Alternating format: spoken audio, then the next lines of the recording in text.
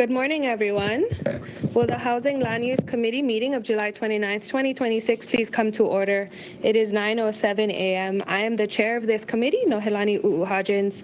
Members, in accordance with the Sunshine Law, please identify by name who, if anyone, is in the room, vehicle, workspace with you today. Minors do not need to be identified. Let's begin with Committee Vice Chair Kaunoy Batangan. Aloha and good morning. Good morning. Member Cook, aloha and good morning. Aloha, Chair. Good morning, all. I'm in my Kihei office today, and I'm in the office here, and we have staff in the front room. Thank you. Thank you. Council Chair Alice Lee, good morning. Aloha. Aloha, buongiorno. I'm here in my home office with my little kitty waiting for the meeting. Thank you. Thank you. And Councilmember Gabe Johnson, aloha and good morning. Buongiorno, good morning, aloha. Chair, council members, committee members, there's no testifiers here at the Lanai District Office, and I'm alone on my side of the office here and ready to work. Thank you, Chair. Thank you. Councilmember Tamara Paulton, aloha and good morning. Aloha. Aloha kakayaka kako, streaming live and direct from the planning conference room. Thank you. Member Rollins Fernandez, aloha and good morning. Aloha kakahiaka, Chair. Love these new wireless mics. Good job, staff. So fancy. There are no testifiers at the Molokai District Office. Mahalo, Chair. Thank you. Member Sanensi, aloha and good morning. Aloha, good morning, Madam Chair. No testifiers in Hana. Thank you. And Councilmember Yukile Sugimura, aloha and good morning. Good morning. I'm in my Kula office, and there's no one here with me at this moment, but I will have plumbers coming to fix my toilet at some time at the meeting. Right. Life is challenging. Sure. Thank you. Thank you for sharing. We have with us Deputy Planning Director Ana Lillis from Administration, as well as Planner Wilton Leawanai, Fire Chief Brad Ventura is with us as well. The Director of Finance, Marcy Martin, Land Acquisitions Officer, Guy Hironaka, and Deputy Corporation Counsel, Nahulu Nukawa is with us. We also have project consultants with us from Minikyo and Hiraga Planning Consultants, Mark Alexander Roy, Hoku Kruger, if that last name sounds familiar. From AHL, Architect Garrett Horimoto. From AECOM Engineers, Diane Kodama and Jessica Samura. From Keala Pono Architectural Consulting, Cultural Consultant Gina McGuire, and from Mailelani Design Landscape Architect Vivian Arita. Members, if there are no objections, I'd like to designate the project consultants as resource persons under Rule 18A of Rules of the Council. Because of their expertise on the proposed Haiku Fire Station. I heard no objections. Thank you. Also, we have with us today our HLU committee staff. Good morning, everyone. Please see the last page of the agenda for information on meeting connectivity.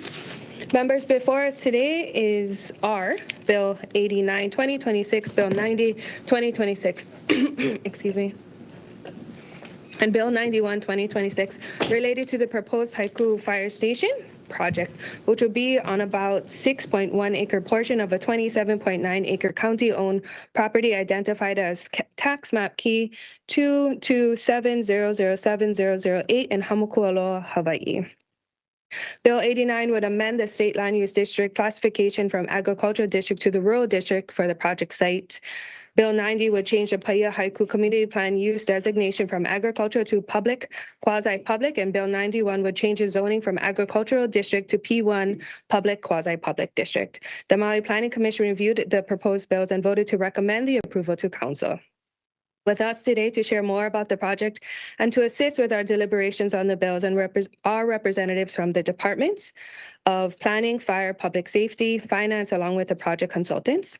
I'd like to first ask Deputy Director Lillis to provide any opening comments, which we will then transition into a presentation on the project. Afterwards, we can receive opening comments from other department representatives as needed. So, Deputy Director Lillis, if you may, thank you. Good morning, everyone. Nice to see you all today. So I'll steal a line from our wonderful PPA, Danny Diaz, where as any good manager, you get to be up here and take the credit for this wonderful project, but the work really does belong to Wilton Leao and I. in processing this very much needed fire station change in zoning. So the administration just wants to state its strong support for this and is here to answer any questions, but I'll defer it to the wonderful team here. Thank you. Thank you. I know we have testifiers here with us, so I'll read this testifier language. So testifiers wanting to provide testimony should sign up in the lobby, which we have a makeshift lobby with us today.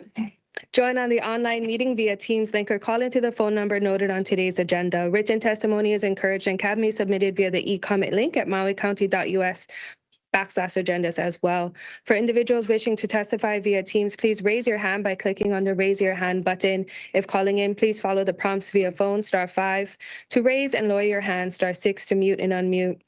Staff will add names to the testifier list in the orders as a testifier sign up or raise their hands. For those on Teams, staff will lower your hand once your name is added. Staff will then call the name you're logged in under or the last 4 digits of your phone number when it is your time to testify. At that time, staff will also enable your microphone and video. Please ensure your name appears in Microsoft Teams as a name you prefer to be referred as or as anonymous if you wish to testify anonymously. If you are in person, please tell staff you would like to testify anonymously. Otherwise, please state your name for the record of the beginning of your testimony. Oral testimony is limited to 3 minutes, and if you're still testifying beyond that time, I will kindly ask you to complete your testimony. Once you're done testifying or you do not wish to testify, you can also view the meeting on Akaku Channel 53, Facebook Live, or mauicounty.us/agendas as well. We will do our best to take up each person in an orderly fashion, so let's begin with testimony, and staff, if you could please call the first testifier. Chair, the first individual.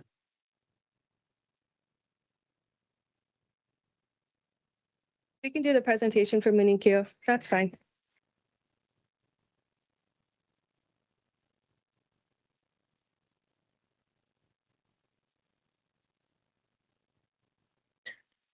Hi, good morning, everybody. Good morning, Chair, committee members, audience members joining us today. We really appreciate the opportunity to be here. My name is Mark Roy with Munikyo Hiraga. We're here today as the land use planner representing the county fire department on a very important public safety project for the community, the Haiku Fire Station. This project has been over 17 years in the making and has involved both site selection evaluations, extensive agency reviews, modifications to the project scope to respond to public input along the way, as well as outreach with the Haiku Community Association. An environmental assessment and finding of no significant impact, this is referred to as a FONSI determination, has been fully completed and accepted for the project. As such, we are now excited to be here today in support of the land use amendments that have been requested by the planning director. These amendments are necessary in order for the project to move forward to construction. I'd like to now hand you over to my colleague, Hoku Kruger. She's online. We'd like to present an overview of the project and its plans for the committee's awareness and reference today. We also have the project team here to answer any questions that you might have during your review after the presentation. And on behalf of the entire team, I did just want to take a moment to thank everybody in this room for the consideration of these requests today. Thank you very much. Thank you. I know we were trying to get to testimony, but I apologize. I totally skipped over a paragraph where it says to ask other people for opening comments. So if we could go to Hoku and then we'll go to fire and finance and then take testimony, if that's okay with you folks. Thank you. Good morning, everyone. My name is Hoku Kruger. Thanks, Mark, for the introduction. If it's okay, can I go ahead and share our presentation? Yes, please. Okay. One moment. Okay, can everyone see my screen? Yes, we can. Thank you. Okay, thank you. Okay, so good morning, committee members. Thank you again for taking the time to hear the Department of Fire and Public Safety's proposed Haiku Fire Station and related improvements project and provide your recommendation on its planning director initiated zoning plan amendment application. Again, my name is Hoku Kruger and I'm with Munikyo Hiraga, the planning consultant for the proposed fire station project, and I'll be leading you through today's presentation. So as I mentioned, we are here to request your favorable recommendation on the Haiku Fire Station project's zoning plan amendment application for the 6.1 acre project site. The planning director, on behalf of the Department of Fire and Public Safety, is asking for the following amendments to the County of Maui owned project area: a district boundary amendment from agricultural to rural, a community plan amendment from agriculture to public quasi-public, and a change of zoning from agricultural to public quasi-public. We have a few members of the project team in person and online today to answer any questions you may have, including Fire Chief Bradford Ventura and Chief Rylan Yatsushiro from the County of Maui Department of Fire and Public Safety. We have Garrett Horimoto from the project architect AHL. We have Diane Kodama and Jessica Samura from AECOM, the project engineer. We have also Gina McGuire from Kealapono Archaeological Consulting, the cultural consultant for the project. We also have Vivian Arita from Mailelani Design, the landscape architect, and Mark Roy and myself from Munakio Haraga. So the Department of Fire and Public Safety's mission is to protect and preserve life, environment, and property. They provide emergency and non-emergency services for the islands of Maui, Molokai, Lanai, and Kaho'olawe and the surrounding waters, and operate 5 fire stations in Maui County. Some of the emergency services they provide are responding to fires, hazardous materials incidents, motor vehicle accidents, medical emergencies, technical rescues, and natural disasters. And they also provide non-emergency services like public education. So at this time, I would like to turn the presentation over to Fire Chief Bradford Ventura to talk a little bit about the project purpose and need.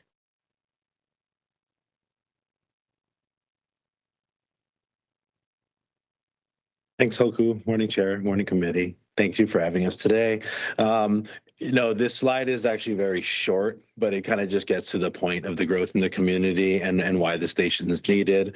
We could talk about the needs for this station half the day if we really wanted to get into all the things. But what's not on the slide here are things like when Haiku gets calls in the KNI area, Paia Fire Station goes out to the Garden of Eden area. They're 2 hours at that point away from the Paia community. And so a lot of times people just think that when you call 911, you're going to have a fire truck sitting in a fire station ready to come, but that's not the case. Our call volume has increased enormously over the last, several decades. And all too often, stations and districts are being left unoccupied because of the calls that we're on. This fire station is needed for multiple reasons, not just for the Haiku community, which will obviously reduce response times and help save lives in that community, as well as property. A lot of the structures out there are old, but there's a lot of new development as well that's growing and demanding our time out there. The rescues along the highway are increasing. Just this week, we had multiple calls along on the highway due to the Hurricane Fausto, which is coming through our area and downgrading today, fortunately. So the recent study that we did is called the Standard of Cover for our department, and it identifies all the risks in the community, identifies how many fire stations that you need to match the risks in the community, the population size, and so on and so forth. And the fire station in Haiku, as well as Olowalu, and another one in Central Maui and Kihei came up as prominent needed locations. And even looking in some of our remote areas, additional fire services are also needed in those areas. But as we all know, we'll get to the more rural areas after we get to the more populated areas first. I'll leave it at that. Like I said, we could talk for on and on about the project needs and scope, but this has been a long time project that's been going on, and a lot of time and effort's been invested in it, and we'd appreciate your support of the changes today. Thank you. Thanks, Hoku. Thank you, Chief Ventura. Okay, so to give you an idea of where the proposed Haiku Fire Station will be constructed, here's a regional location map. As you can see, it'll be constructed about 1.5 miles from Haiku School and less than 2 miles from Haiku Community Center, which is near Haiku Community's historic incident areas. And to take a closer look at the project site, As you can see, it is located in Malka of Hana Highway, so it's not in the county special management area. And the project site, the 6.1 acre project site, is represented by the yellow crosshatch lines, and it's located within the larger 27.9 acre parcel, which is represented by the outline in red. And you can see also that it's at the intersection of Hana Highway and East Huyaha Road. And you can also see that the parcel is quite overgrown and hasn't really been used in quite a few years. So as I've said before, the new fire station will be located on a 6.1 acre portion of a 27.9 acre parcel owned by the County of Maui. And the proposed improvements include a 10,360 square foot administrative building, which will house offices, sleeping quarters, crew quarters, training and exercise facilities, dining and kitchen facilities, and other support functions for the personnel. Also proposed are a 1,600 square foot apparatus bay addition, a parking lot, and other improvements, which include a water storage tank and utilities. Okay, so here is a site plan for the project. You can see that access to the fire station will be from Hana Highway down to the proposed fire station and apparatus bay below. You can see the water tank over to the right side of the fire station in this exhibit, and then some of the utilities, including the water line easement off to the right. Here's some architectural renderings. So the top image is a view of the fire station looking west, so kind of toward Paia area. You can see the cars coming off of Hana Highway to the right of the fire station building, as well as the fire station building and the apparatus bay addition to the back. And then in the bottom image, we're looking at the fire station building to the south. So it's as if we're standing on Hana Highway. And then you can see the water tank to the left there with the apparatus bay addition behind it. Then here's another beautiful rendition of the fire station building itself, which has been designed to be architecturally compatible with the Paia Haiku Country Town guidelines.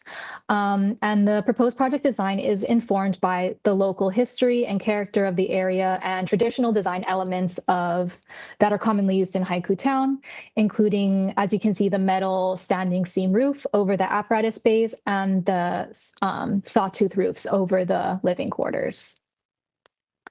So to give you some background on the project site was purchased by the County of Maui in December 2007. And as my colleague Mark said, a Chapter 343 Hawaii Revised Statutes environmental assessment was completed, and the final EA and finding of no significant impact were published on July 8th, 2024. Then about a year later, the planning director initiated zoning plan amendment application was filed in July 2025. So here's the district boundary amendment map that was prepared for the project. As you can see, the 6.1 acre project site is currently located in the state agricultural district, and the planning director is requesting a district boundary amendment to the rural district. As provided for in section 205-5C4 Hawaii Revised Statutes, public, quasi-public, and public utility facilities, such as fire stations, are permitted uses within the rural district. And the proposed district boundary amendment is in conformance with the standards of the rural district set forth in Chapter 15-15-21 Hawaii Administrative Rules. And as the project site is less than 15 acres, the district boundary amendment will be processed by the County of Maui and acted upon by yourselves, the Maui County Council members. Here is the Paia Haiku Community Plan Amendment map prepared for the project.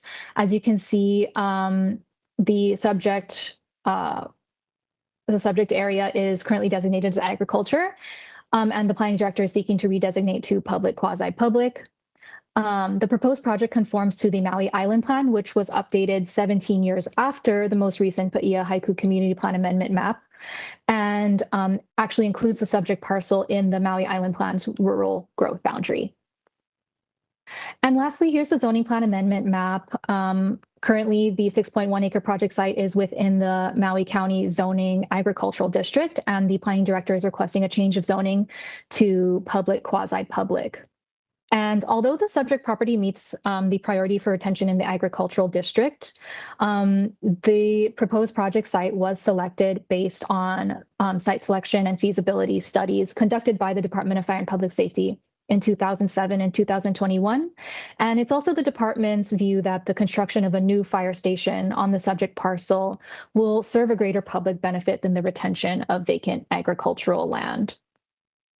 So the zoning plan amendment application was heard by the Maui Planning Commission earlier this year in January and recommended for approval by the Maui Planning Commission. So next steps after today's review and hopeful recommendation of approval, the zoning plan amendment application will be heard by the Maui County Council for hopeful approval as well. Then construction permitting will be completed and the eventual construction of the Haiku Fire Station. So to summarize our request again, the planning director on behalf of the Department of Fire and Public Safety respectfully requests the Housing and Land Use Committee's favorable recommendation on the proposed district boundary amendment, community plan amendment, and change of zoning requests for the project. And that's all I have for you today. The project team is again here to answer any questions you may have, and thank you for your time. Thank you. Do we have anybody else willing to do opening comments? I do see I have finance. Fire, was that your part of your opening comments? Okay. Does finance have anything to say? If not, we'll move on to opening. We're here to support. Okay. Thank you. Okay, let's move on to testimony then. So staff, could you please call our first testifier? Chair, the first individual up to testify is Leilani Miranda, to be followed by Suzette Felisilda.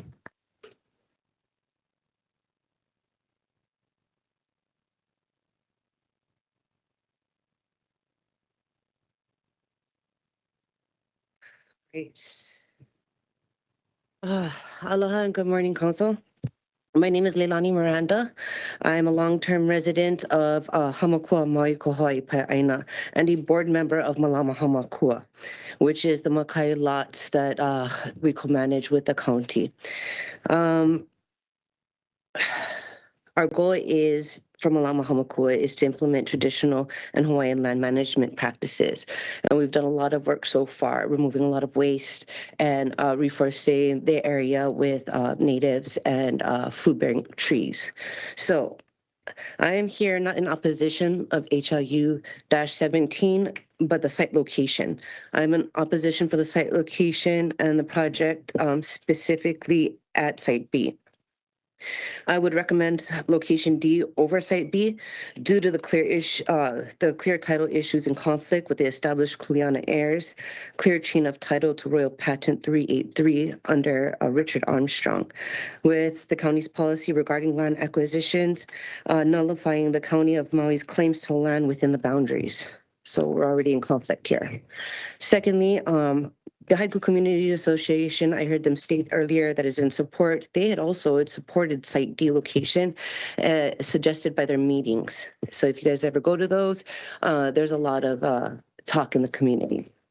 Site D has water access already. So although I'm hearing from the developers as if it's already slated and it's going to happen for feasibility reasons, it's not so feasible to purchase a 27-acre lot and to start dredging water lines from Kuyaha and East Kuyaha to support that. There's already a water line at Site D, and it doesn't afflict the land Makai. So we've been pushing for water access in Malama Hamakua. It's 400 acres. You know, if we plant, we need a water, things like that. We've also been trying to battle erosion. So this development with dredging would incur a lot of that, and we would receive or be on the receiving end of trying to fight that or combat that. Yeah. Also, the Site B, where the planned water corridor installations will be in direct conflict with the heirs of the Nalopi Apana 4 LCA 3336 and affect all the lands Makai again. Site D would incur less grading on the land, reducing the erosion, and the location is further inward, reducing the gap of emergency vehicle accesses towards Hana. Paia station's right there, Makawa station's right there. There's a small section to put another station when you can put it further inwards and access majority of Haiku. Haiku is more than just that front end. It goes all the way back. So Site D also is within that 6.2 acre, which is large enough for the current project that's planned at 6.1 acres. The excess land that the county says is to, the notes for Site B in Cuyaha state that the balance of the lots may be subdivided or allocated for other municipal purposes, suggesting that the county is going to utilize it for more development. And like I said, everything that happens, Maka trickles to Makai.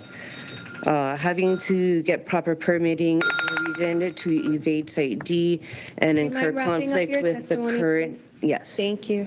Yeah, so evade Site D and incur conflict with the current residents and neighbors of Site B location. So we're trying to do things with the community and for the community. So we need that good standings to say that we support the heirs and their assistance to help us with cultural practices and water access rights. Thank you. Mahalo. Members, any clarifying questions? Go ahead, Member Palte. Thank you, Chair. Thank you, Ms. Miranda, for your testimony. Can you clarify? I'm not familiar with Site D. Towards Holokai. It's towards Holokai. Yeah, Holokai Street. So Haiku goes from, I don't know how they do it with the grading, but the division for Hamaku, it goes from Maliko all the way towards Kanai. So that's a large gap that we're leaving in between. So Holokai would be more central with a direct line up to Kapakulua, which reaches most of the subdivisions and towns downward. So there's top road, bottom road is Hana Highway, top road is Kapakulua, and that serves for the top access all the way down for the residence areas. But everything that happens inward of that, more east, is really like, where do we get this emergency access? You know what I mean? Because there's like 5 minutes from Paia, 5 minutes from Makawao. If you just move it a little bit inwards, you access all those people. And that to me is more comprehensive. If I can clarify, I live in Napili. So you're continuing on Hana Highway more towards Hana, or is it more up towards the top road? No, so Holokai is, if you're driving eastward on Hana Highway, it's before you hit the gulches and everything where, Honopo and Twin Falls is. It's before that. But, okay, but off Hana Highway still yet, on the Mauka side? Yes. Yes, there's North Holokai, Makai, and then South Holokai is Mauka. But there's a land slated there that the county had purchased 6.28 acres. And it's just, to me, I'm hearing the words feasible. It just makes more sense that it's more feasible. It's less grading. It has water access, and there's no conflict with any heirs or cultural practices. Thank you. I'll yield. All right. Members, any other questions? Let me double check online. Seeing none, thank you very much for your testimony. All right, Mom. Thank you. Next testifier, please. Chair, the next individual is Suzette Felisilda, to be followed by Kanani Bu'o.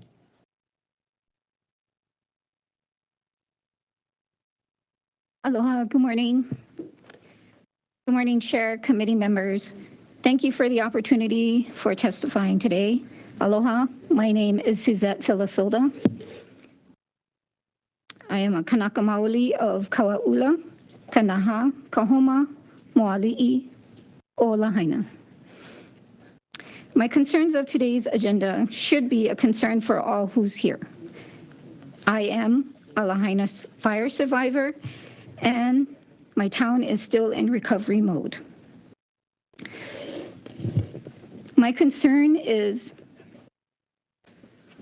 the misuse of initiatives pertaining to the Lahaina Recovery RCD number 9 for the agendas that are not for Lahaina's benefit.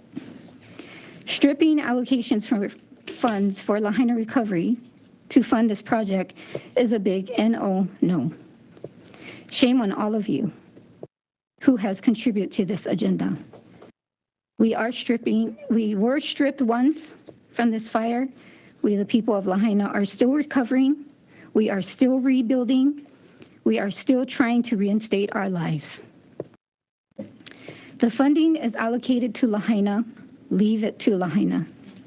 On another note, throughout this meeting, to the administration, please explain of the sources of this $15,181,000 of federal funds that were appropriated for the fiscal year 2026 for this project. Thank you. Thank you very much. Members, any clarifying questions? Seeing none, thank you very much for your testimony. Oh, I'm sorry, Member Paulton has a question for you. So when you're saying the 15,181,000, that's funding that was previously allocated for this project and no longer because of the new federal administration, is that the money that you're referring to, or are you referring to CDBG-DR monies? Well, I'm referring to the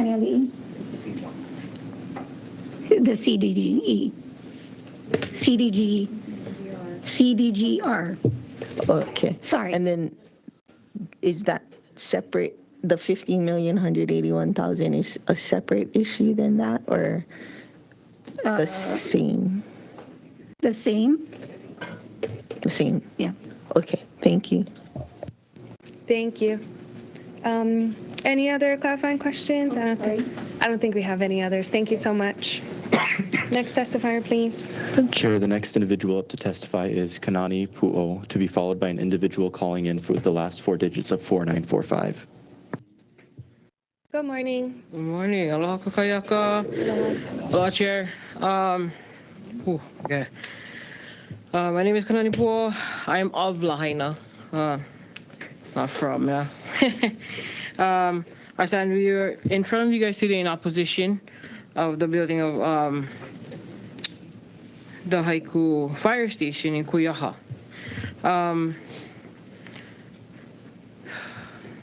Today I'd like to focus on 2 key concerns, right?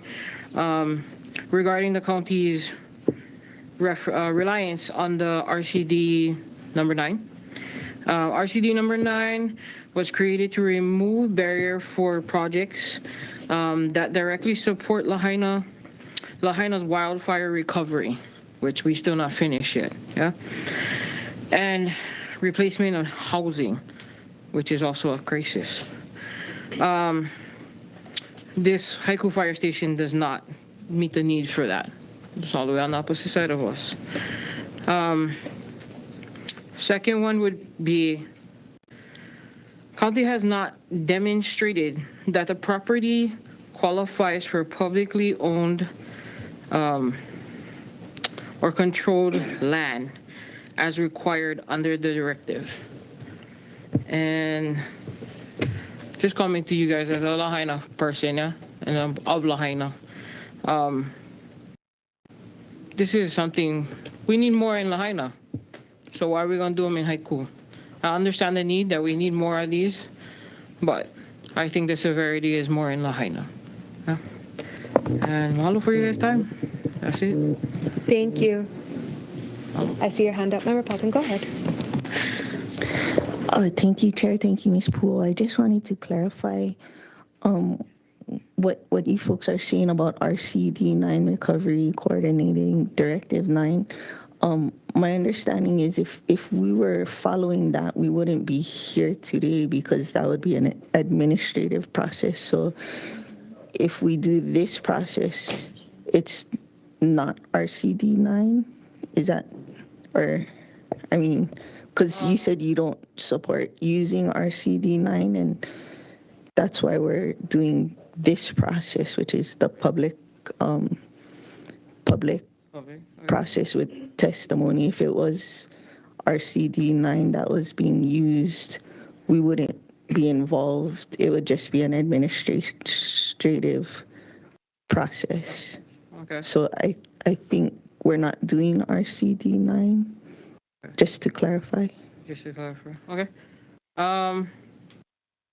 I guess they're using the recovery as a directive intended for the Lahaina. Yeah, the fast track for that. But if anything, can we don't use it for this? Yeah. Okay. Yeah. I think this is the process we go through if we don't use RCD9. If we were using RCD9, this body wouldn't be involved. It would just be the administrative, like signing papers or something. Right. Yeah. I don't necessarily have a question, but we will discuss that during our discussions. I appreciate you bringing it up. Well, we talked about it some, so we'll get into it when we continue on. Thank you very much for your testimony. Next testifier, please. Chair, the next individual up to testify is calling in from the last four digits of 4945, to be followed by Joycelyn Costa. Aloha, ka'aha o ke kalana. Do you read me? We can hear you. Oh, hi, kai kuhine. Oh, shoot, I already forgot how to say chair in Hawaiian because I've been excluded from all the Olelo agendas. It's Jesse Law. I'm in a Kahului at an undisclosed location. And I don't think it'd probably find me if they wanted to track my phone. I'm born 1966, the year of the fire horse. I'm really interested in this discussion, and I know you're really excited for fire station in Haiku, Chair, and of course everybody's excited, and I'm glad to hear Chief Ventura is there. A couple of comments on the procedures and just observations so that y'all can disseminate information to the public, which is sometimes helpful, sometimes not, but you got to go through it to get all the kinks out. And I think I heard Anna Lewis from planning say it's good to see you today. I think it would be good to see you, but I don't have that capability on my phone. And then I followed some of the presentation by the Wahine. I couldn't catch your name because I'm prevented from attending the meeting by unscrupulous, uneducated county lawyers. So I'm wondering where I can get information on that. And so maybe Mr. Ventura can, I don't know how to somehow get his phone number, or I'll try to contact him, and maybe they can show me some stuff there at the Kahului fire station in the office. And I'm so glad to hear from, so I had the same problem with hand raised. I must have pressed the button again 10 times. I think somebody's in the office trying to keep me from testifying. I couldn't hear half of the conversation because the computerized voice kept saying hand lowered, hand raised, hand lowered, hand raised. And so that's my main thing, is about just including everybody in this conversation. And I'm really, really stoked and happy that Tamar Paulton's in there keeping us all track of that. I know she's always doing the Pono thing, and I would encourage everybody to be Pono in these days and times with the American government as it is. I'm so glad to hear from the Hawaiians there. As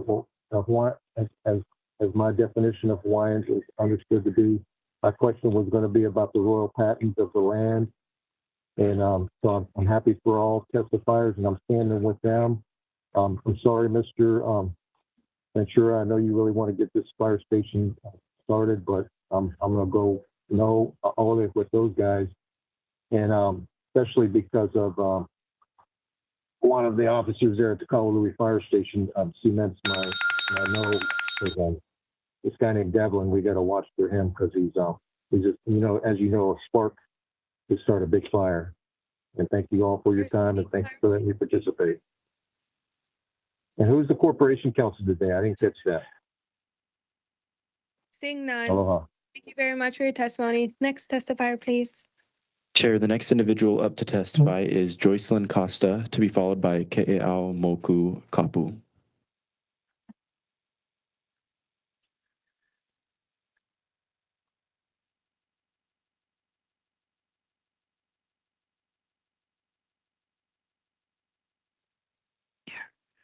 Good morning. My name is Jocelyn Costa.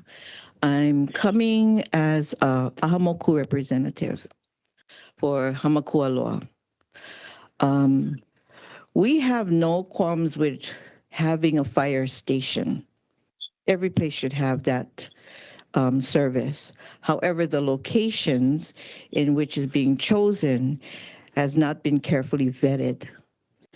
And I'll give you an example. There was a Lahaina company that came into Haiku, put up a subdivision in the back of the Haiku school. I went through the county process to stop the development, found out that State Historic Preservation never checked off. County never really looked into that. The shovel went onto the ground. The families that lived right by that property said, look, there's burials here. And then when they looked into the whole plan, they weren't supposed to go forward. By then it was too late.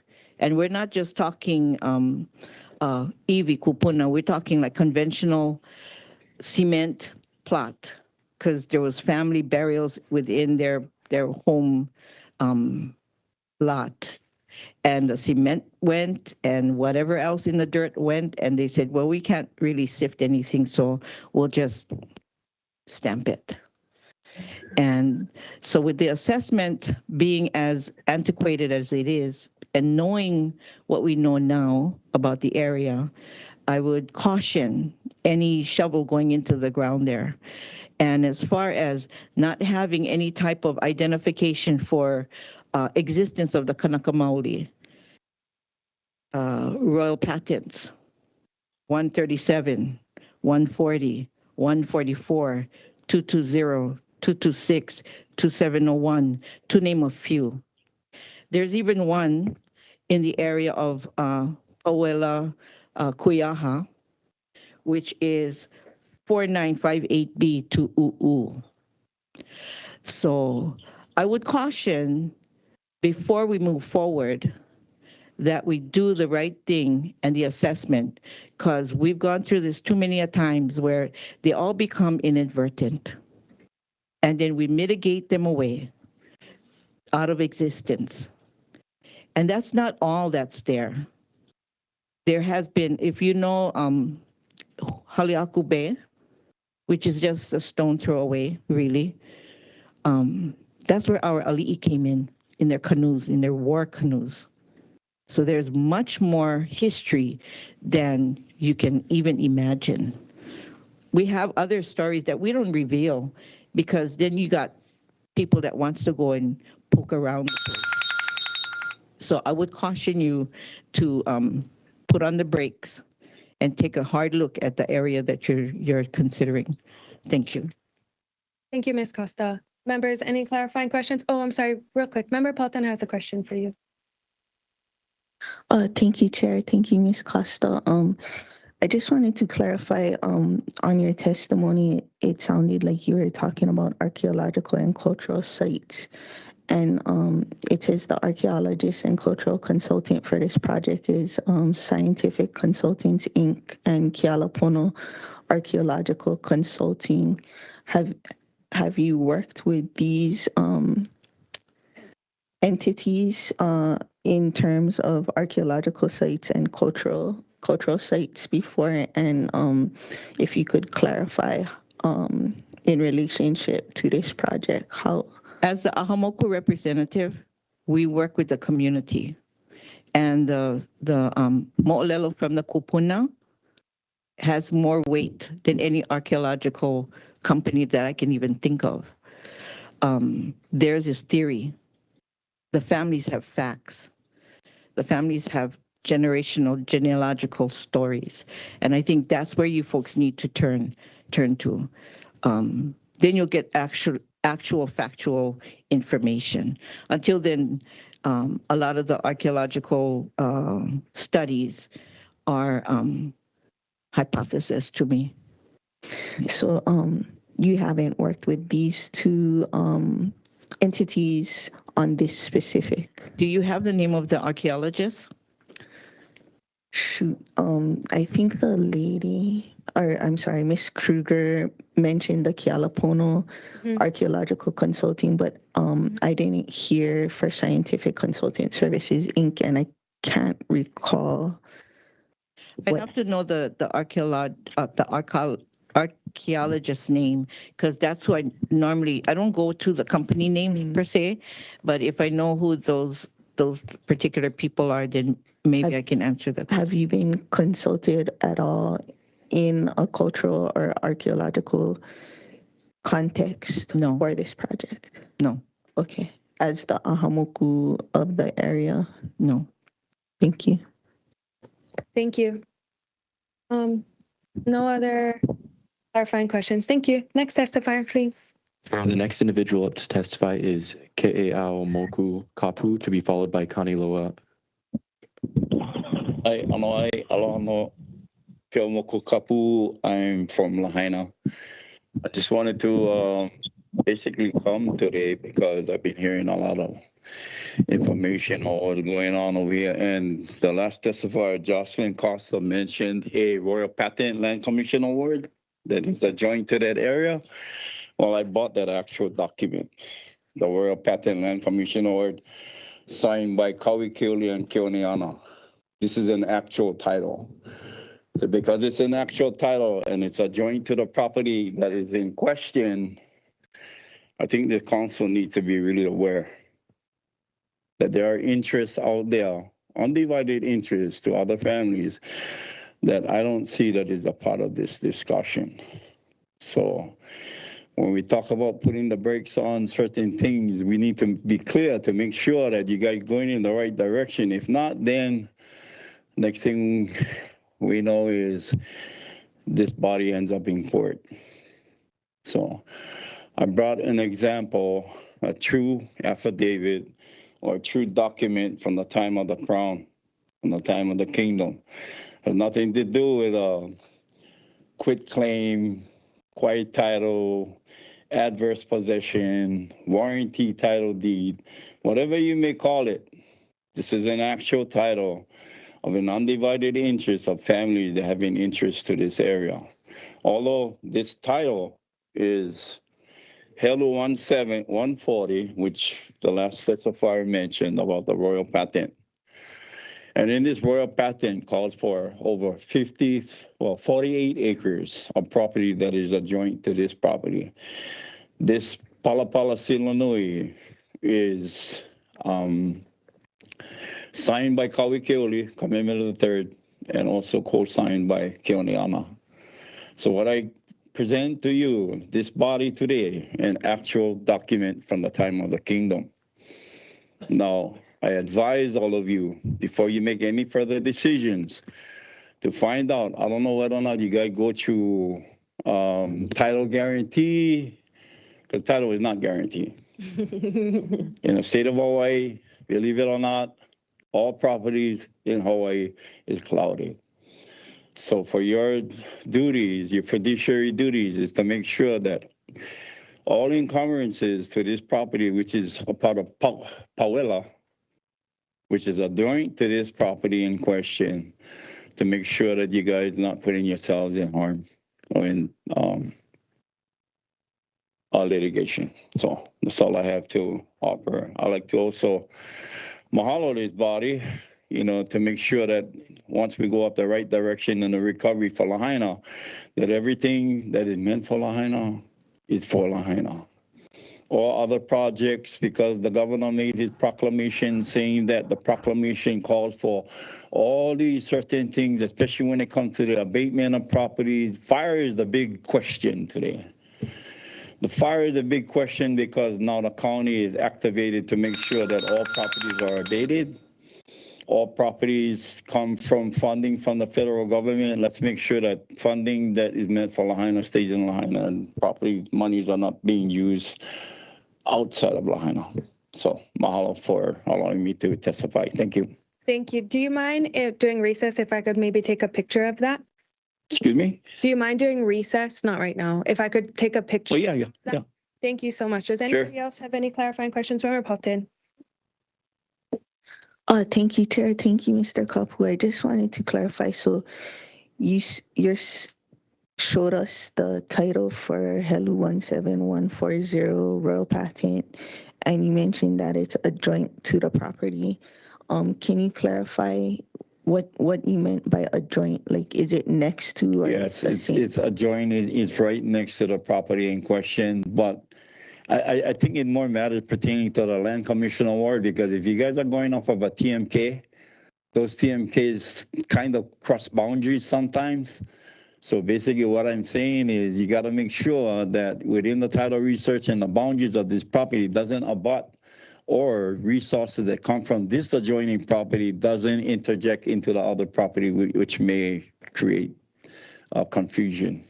And what you showed us was the rail pathing, but do you also have the land commission award for the property that they? This was Hui land.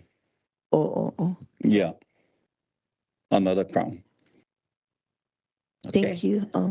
I'll yield. Thank you very much. Any other clarifying questions? Thank you. Thank you very much. Next testifier, please. Chair, the next individual up to testify is Kaniloa Kamaunu.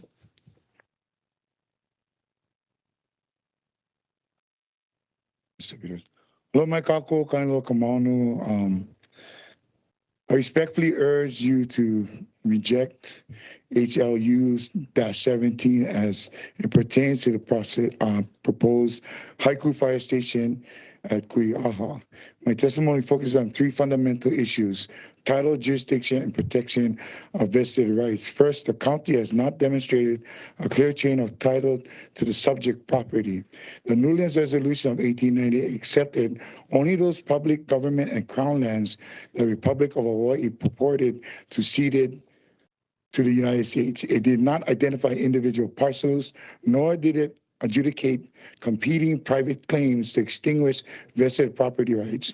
Therefore, if the county claims ownership today through the chain of the Republic, United States territory, or state of Hawaii and county, it bears the burden of proving that a specific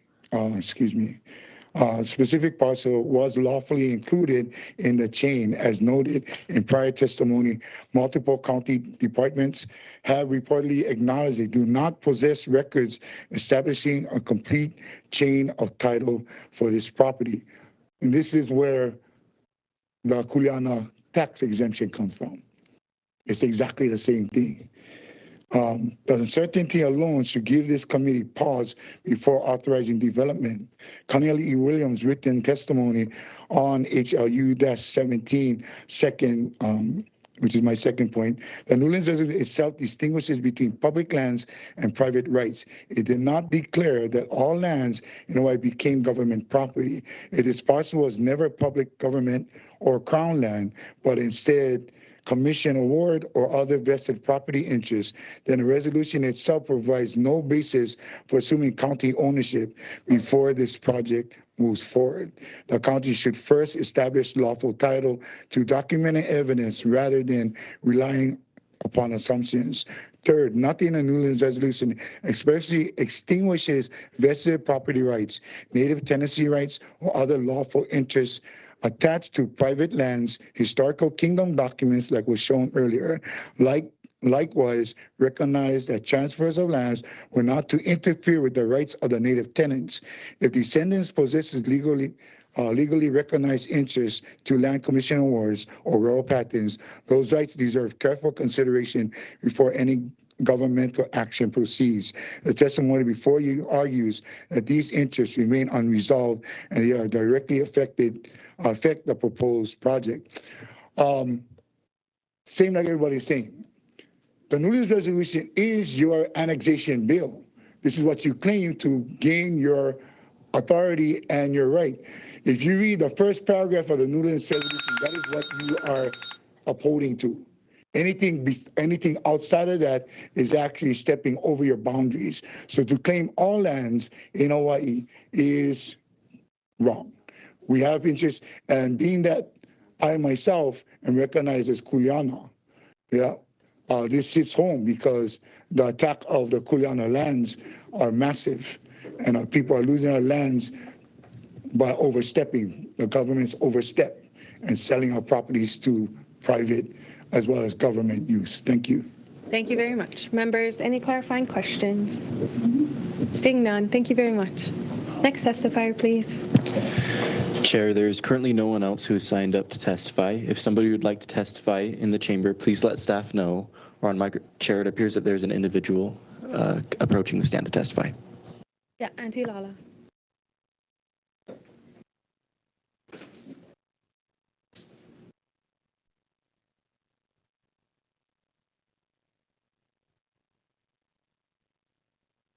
Before I start, I just wanted permission to ask if, and if cannot, that's okay too. But I have someone from Lahaina who did write her testimony, and she wanted me to read it. But would that take out my 3 minutes? I just wanted to make sure. They said yes. Yes, can. It does Yes, take out mine. Okay, so I'll just submit it. Okay. Okay.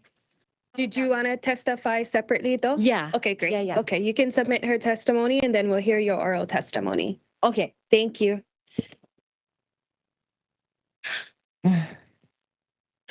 Aloha mai kākou.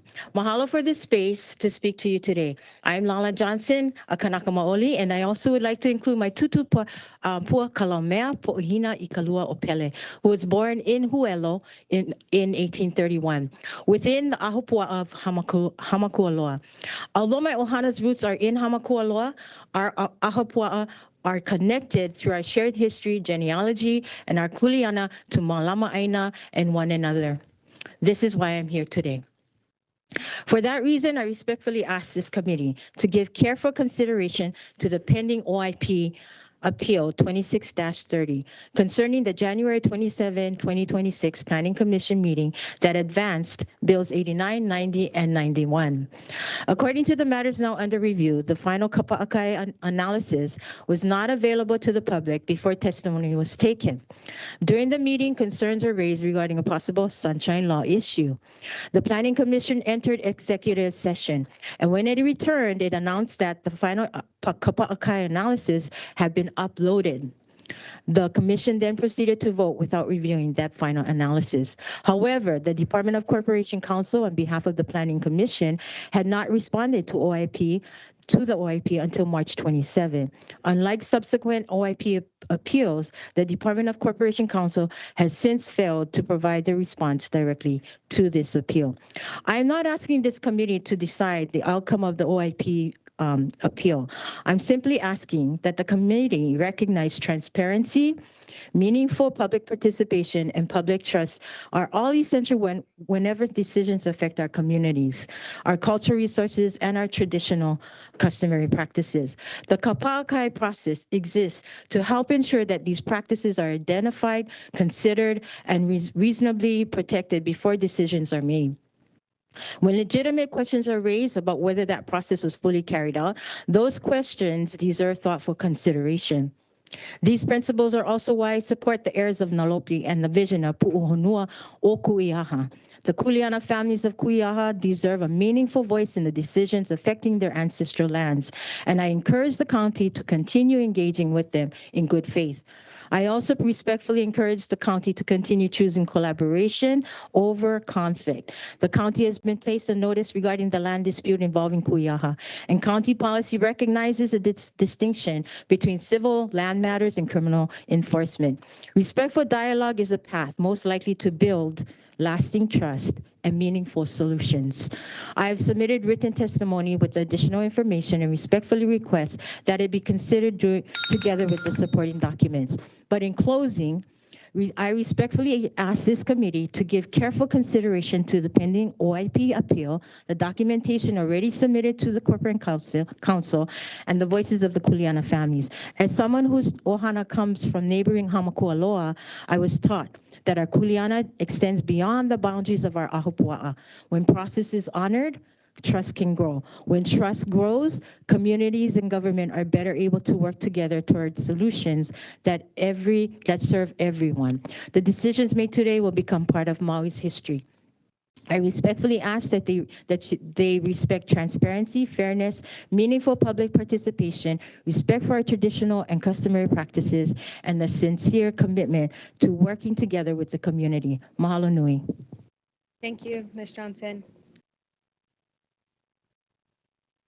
Thank you, Chair. Thank you, Ms. Johnson. I was wondering, did you mention a number for the OIP appeal? Yeah, so that's the 26-30, the S-appeal 26-30.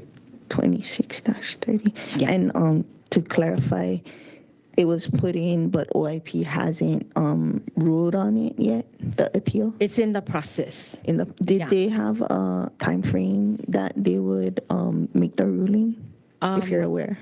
I'm not aware, but I'm sure that There is. Yeah, there is. Okay, thank Yeah. you. Mahalo. Thank you. Members, any other clarifying questions? Seeing none, thank you very much for your testimony. And you can submit the other written testimony? Perfect. Thank you so much. Do we have any other testifiers? Chair, the next individual up to testify. If I could also clarify from Ms. Johnson, was it the Palafox, Kaluna Palafox testimony that? No. Different one? Yeah, this is a different one. Okay. Thank you. Next testifier. Chair, the next individual up to testify is Mo'ikawa Akoa. Kava Akoa. Aloha, Ms. Kava Akoa. Aloha kakahiaka ka ko o Mo'ikawa Akoa, lineal descendant of Hamakua Loa, Hamakua Poko. Today I come to you to testify and oppose LHU or HLU-17, mainly because get one fire station in Paia. And if we're using all this money to create a wastewater disposal system, water meters, what else we get over here? No existing drainage system, threat of more subdivisions in this space, like Anake Jocelyn had said about going up from haiku school. It's Heva every time I drive past there. I wish I knew Auntie was opposing that. I would have stood with her. But instead of wasting all this money on this fire station in this space, maybe we should be investing in the existing fire stations and their operations. Yeah. Another reason I oppose this bill or this proposal, Nahele Road is a residential area. The DOT is refusing to have main access go off of Hana Highway.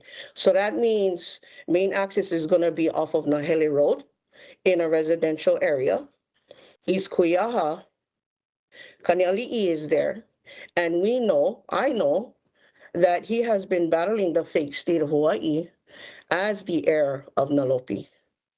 Yeah. Also the South Holokai Road area. My kupuna lay to rest right up the road. 1 minute. And you guys know me. I do not want anybody disturbing their rest up there. Okay?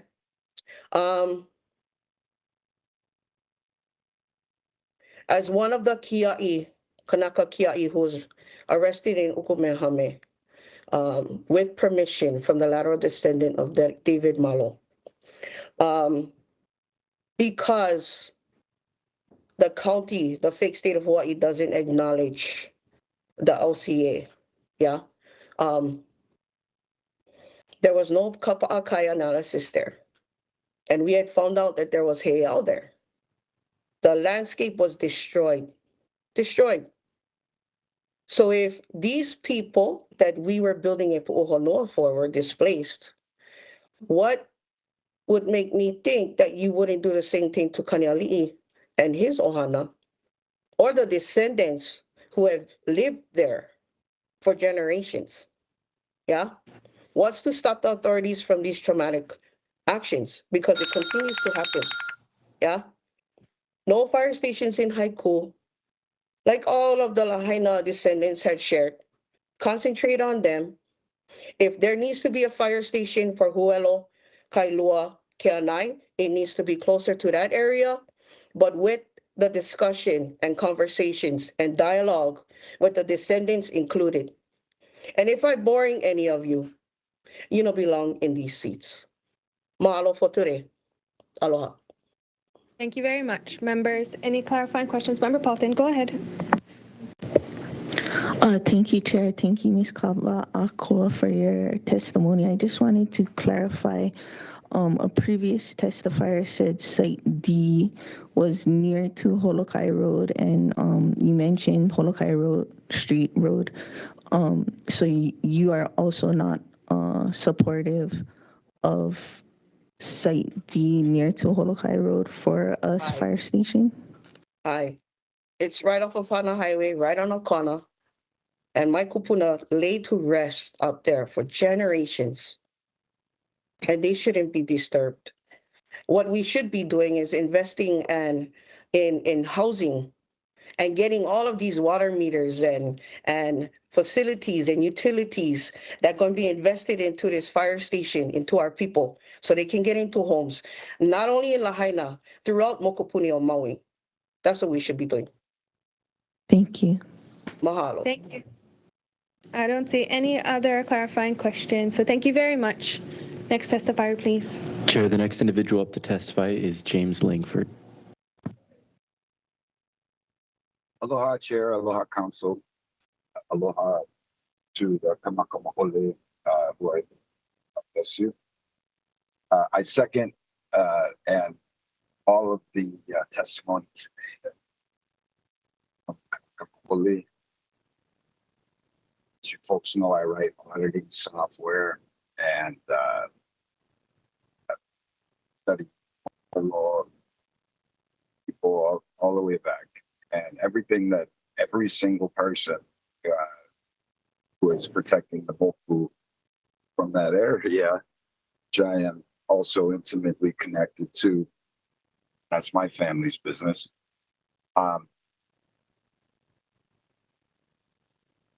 What I'm hearing as an auditor is a RICO pattern. And for example, if the county brings in $70 million, but they have $137 million in fringe benefits that are paid out, that's a RICO example. Now, the specific RICO example that it would play into is called Ponzi scheme.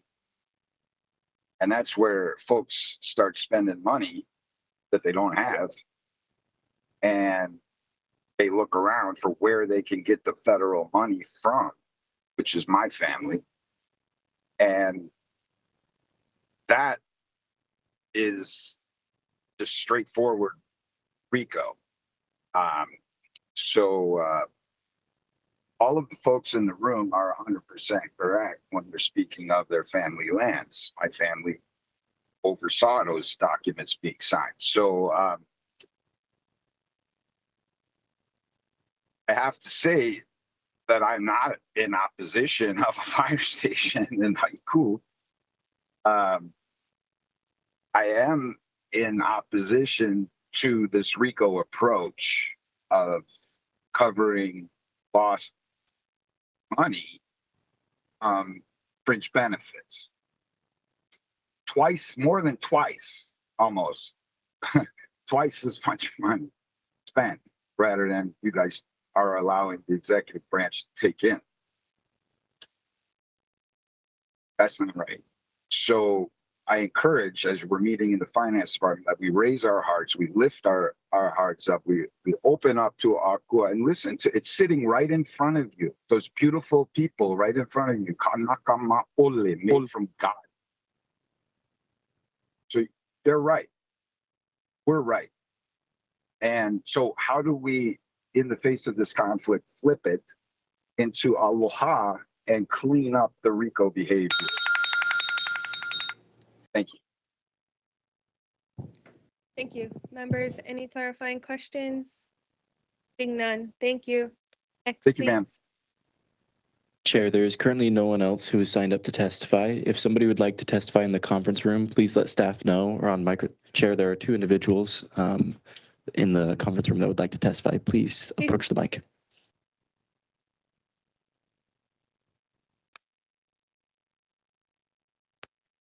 Hello, Council. Hello.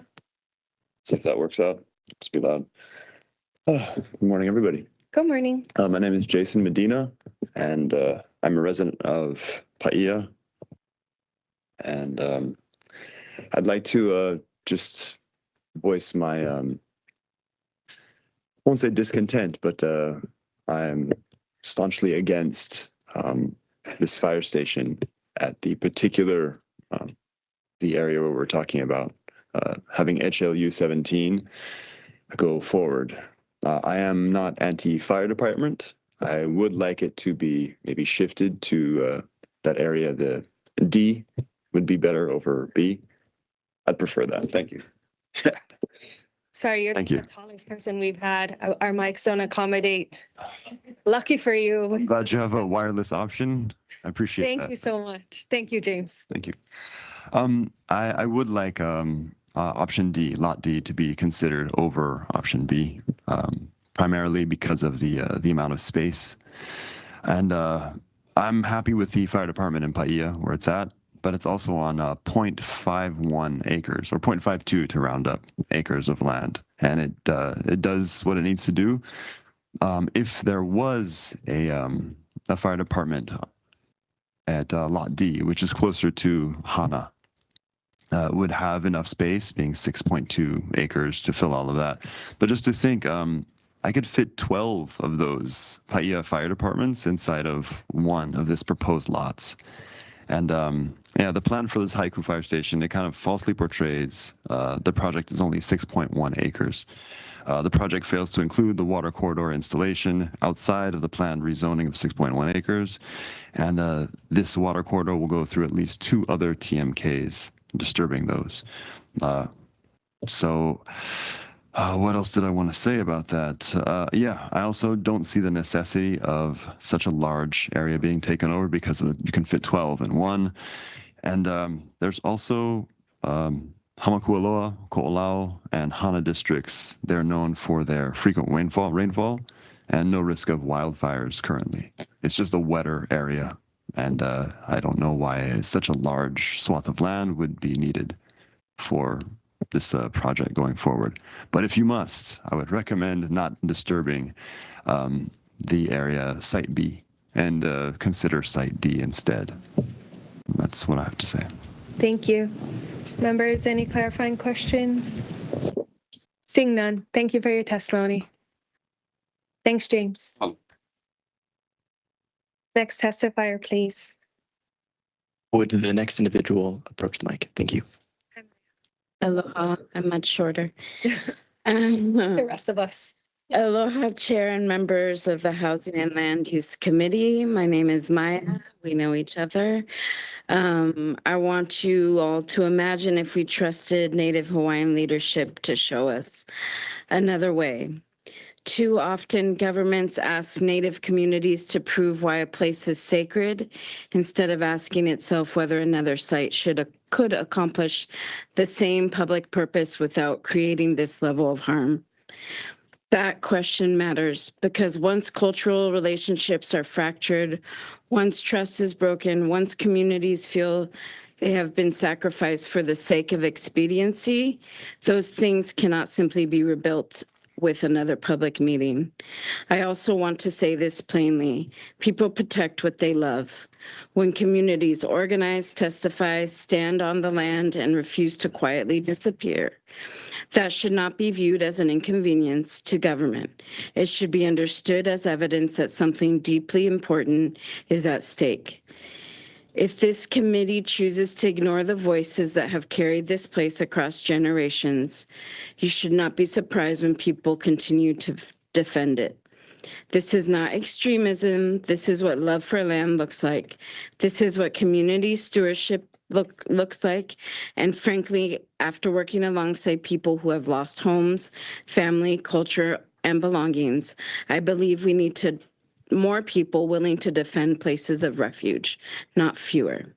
I stand in opposition of this fire station being built in location B because I believe another future is possible, one where public safety and cultural survival are not treated as opposing goals, one where refuge is valued as much as infrastructure, one where government chooses relationship over imposition.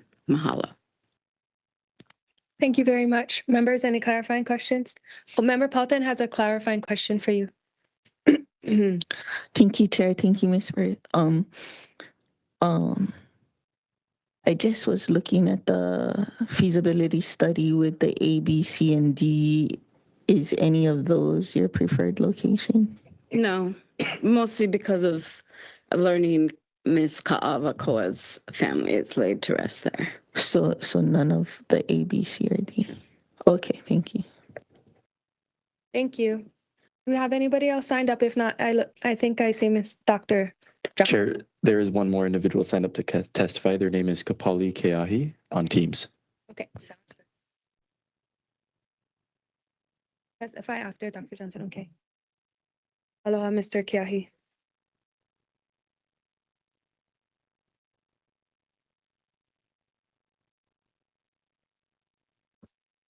Aloha, Mr. Keahi. You're unmuted in our end. Oh. Star 6. Okay, there- sorry. Thank you. Mahalo. No, we can hear you.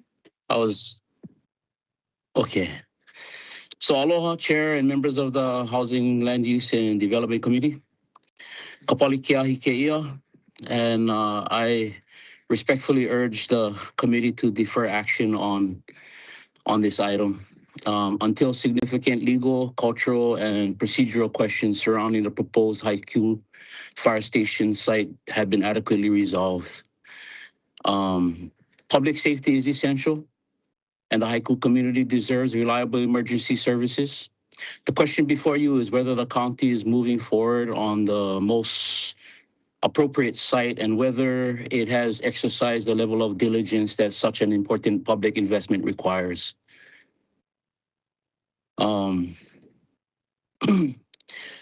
The materials submitted to this committee raise serious concerns regarding the proposed location, of course, we all know, including unresolved questions about property ownership, incomplete archaeological investigations, the protection of iwi kupuna and cultural resources, and the adequacy of consultation with descendants. Whether each of these issues is ultimately resolved in favor of the county is not the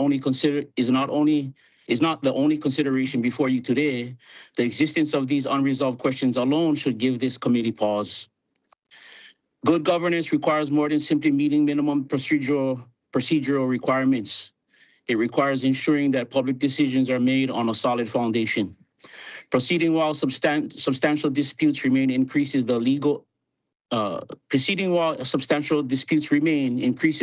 likelihood of costly litigation, project delays, additional taxpayer expense, and continued division within the community. Those outcomes serve neither public safety nor public interests. Equally important, the information before the committee suggests that there may be a viable alternative site capable of meeting the county's emergency response. And as far as what I just heard from Ms. Kawakua, this might be even more difficult. But I think a thorough understanding of the area could help mitigate this situation. If another feasible site exists that presents fewer risks and fewer impacts, the county has an obligation to seriously evaluate that option before committing to a course that may prove significantly more contentious and expensive.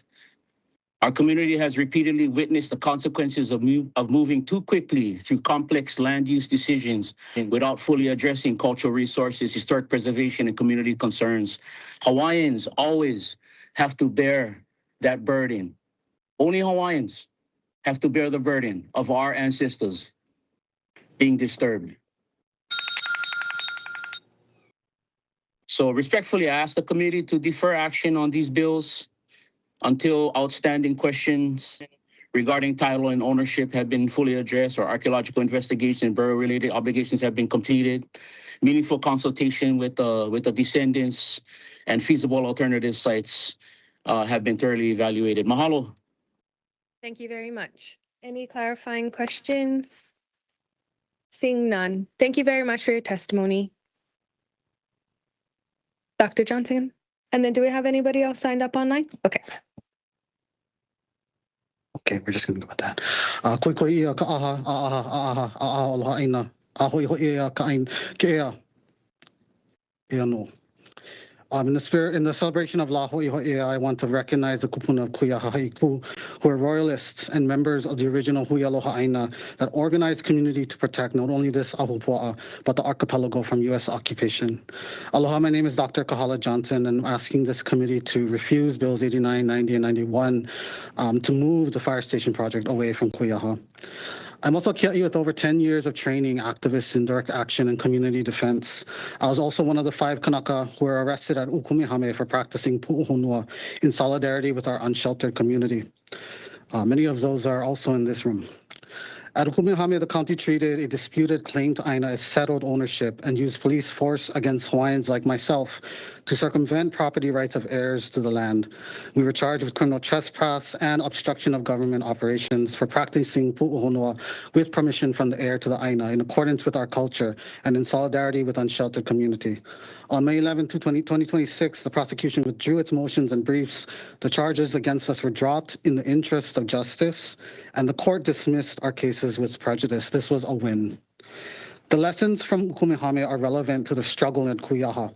The county used police power to settle a civil dispute over land, not through the courts, but through the violence of arrest, intimidation, and sweeps.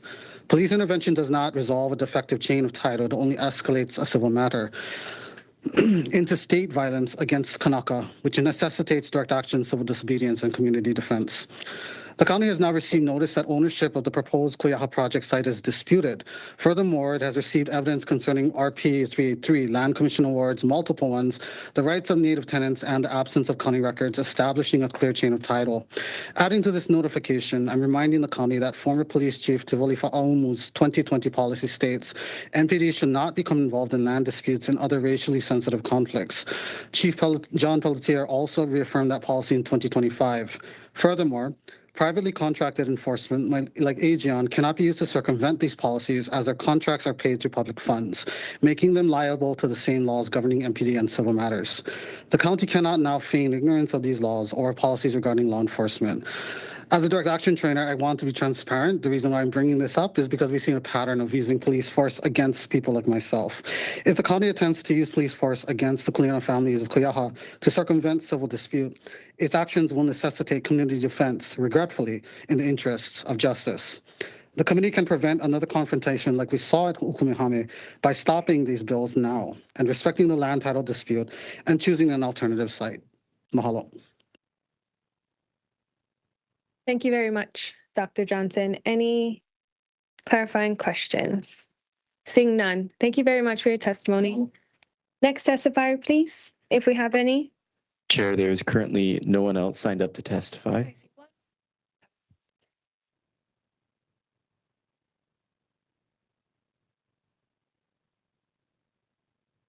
Do you also need the handheld mic? Would that be easier for you? Yes. Sounds good.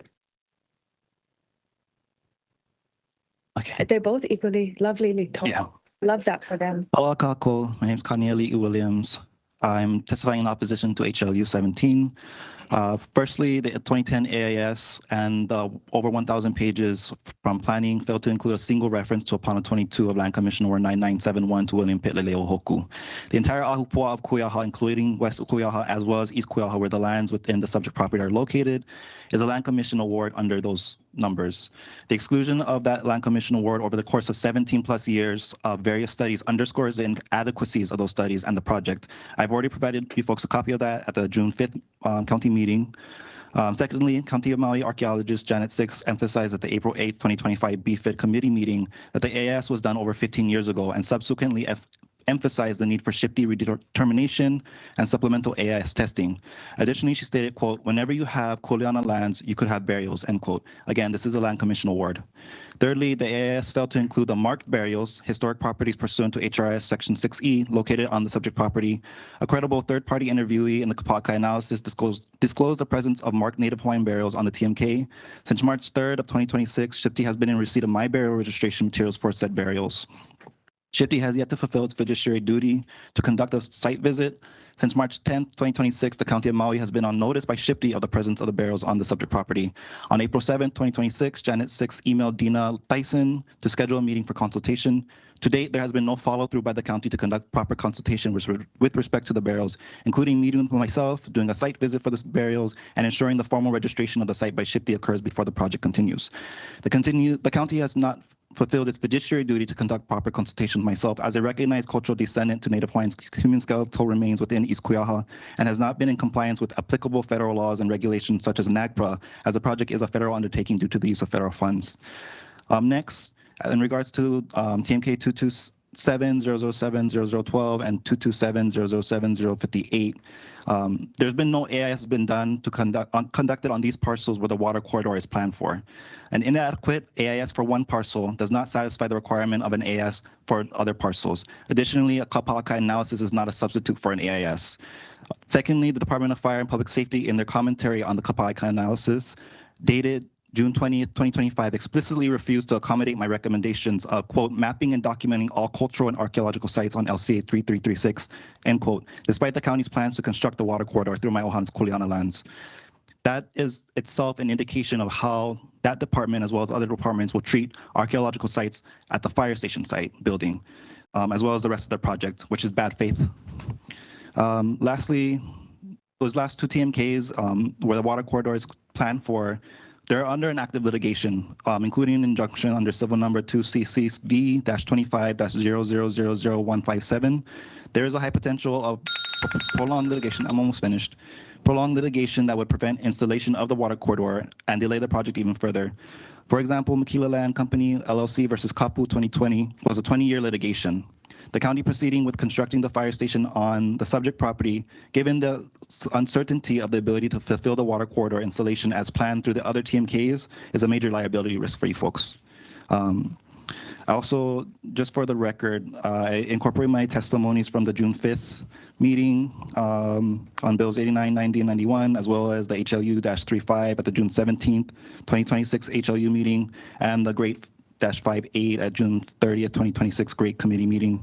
And as I recall from the June 5th meeting, I am retained as a resource for you folks. So I don't know if you have to formally do that in this meeting again or not. We can. You can be a resource under Rule 18A. Okay, mahalo nui. And then members, his testimony is also on Granicus number 7. But does anybody else have any clarifying questions? I'll hold it too. You'll hold it. Okay. And I also have a physical copy of my testimony. And I just want to mention too that it's 7 pages of written testimony of a lot more points than what I hit through this testimony. So I would highly suggest you folks to, if you have to go into executive session to read it, to do so before we actually have the conversation. So you folks are caught up to speed. Sounds good. Thank you very much. No.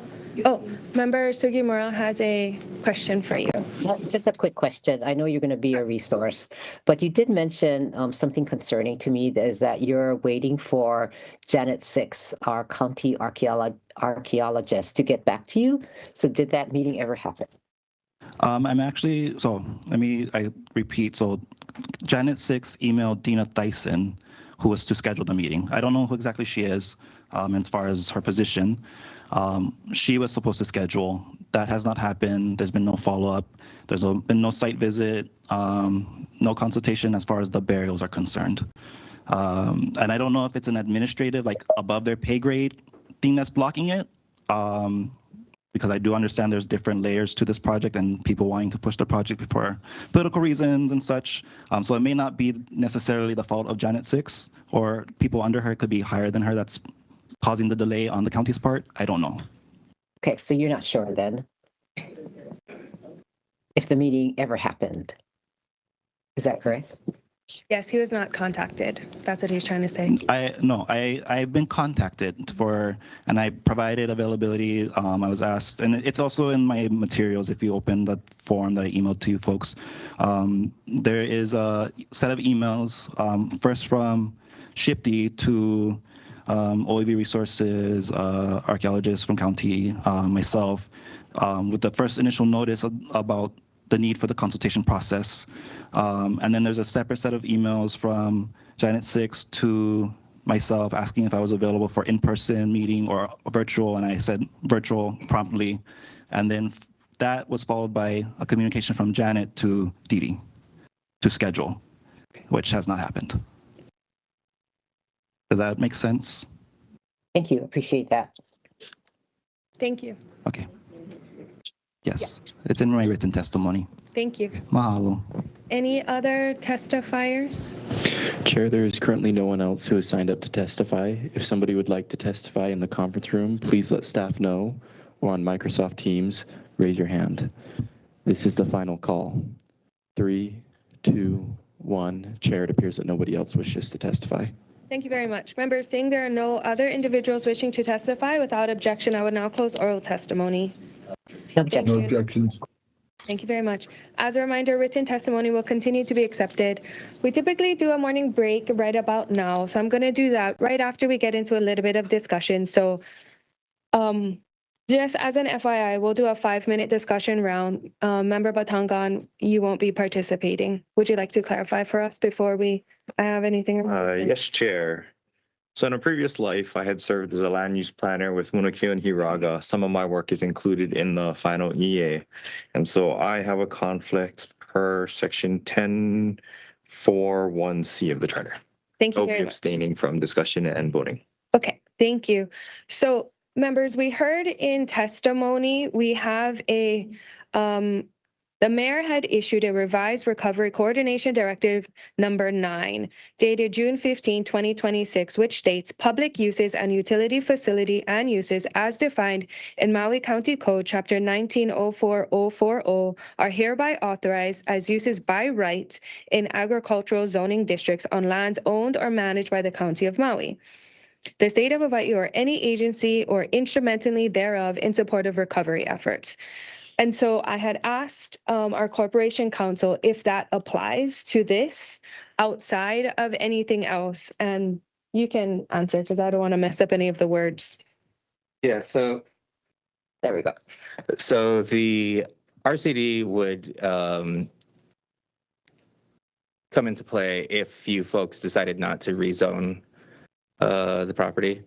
It is it's part of emergency directives, and so it is essentially making the Hawaii, the Maui County Code for Ag District conform with the state, which allows public uses, and so that would only come into play if you folks didn't go through this process.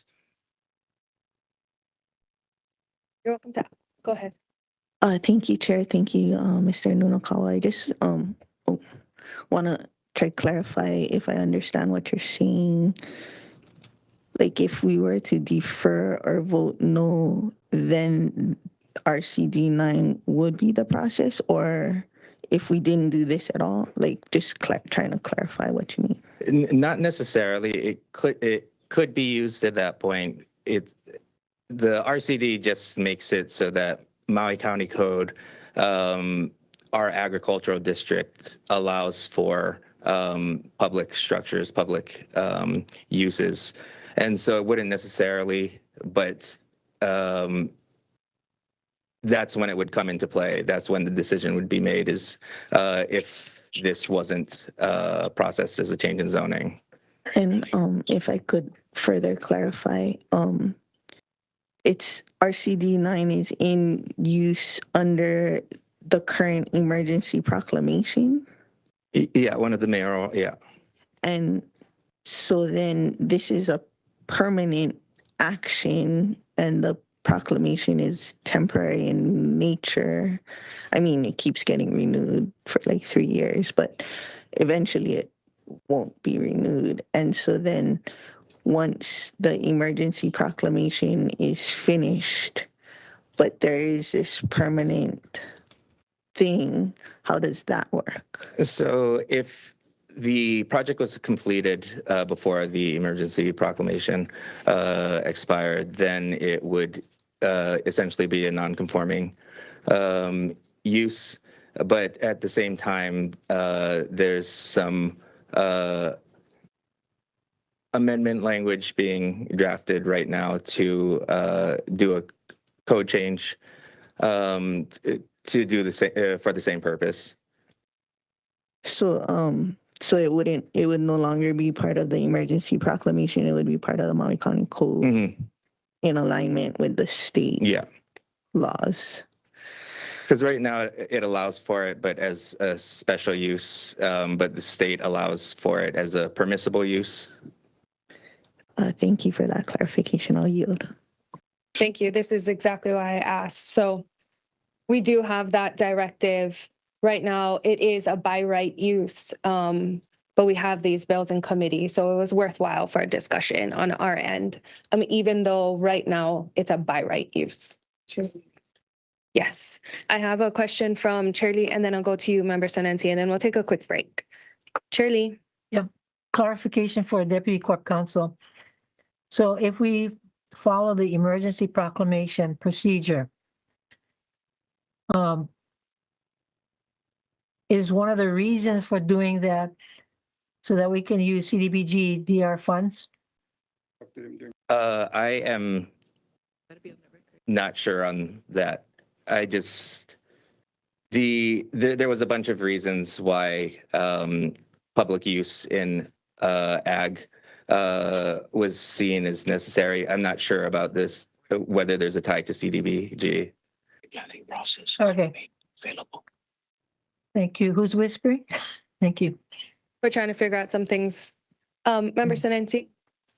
Thank you. That was my question. So these are or aren't CDBG funds, DR funds? Oh, it's not related to CDB. It's separate from CDBG funds. I'm not sure if there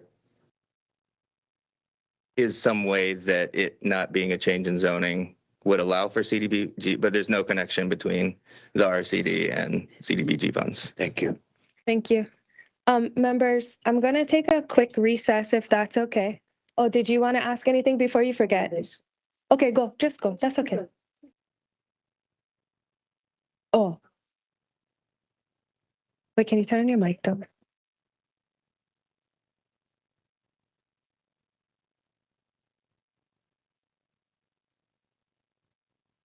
Okay. Okay. I don't think I have a conflict of interest because my husband's a firefighter, but we can ask Corp Counsel, I guess. Board of Ethics. I could. I don't think I have a conflict of interest. He probably won't be working there ever, if that's even built during his tenure.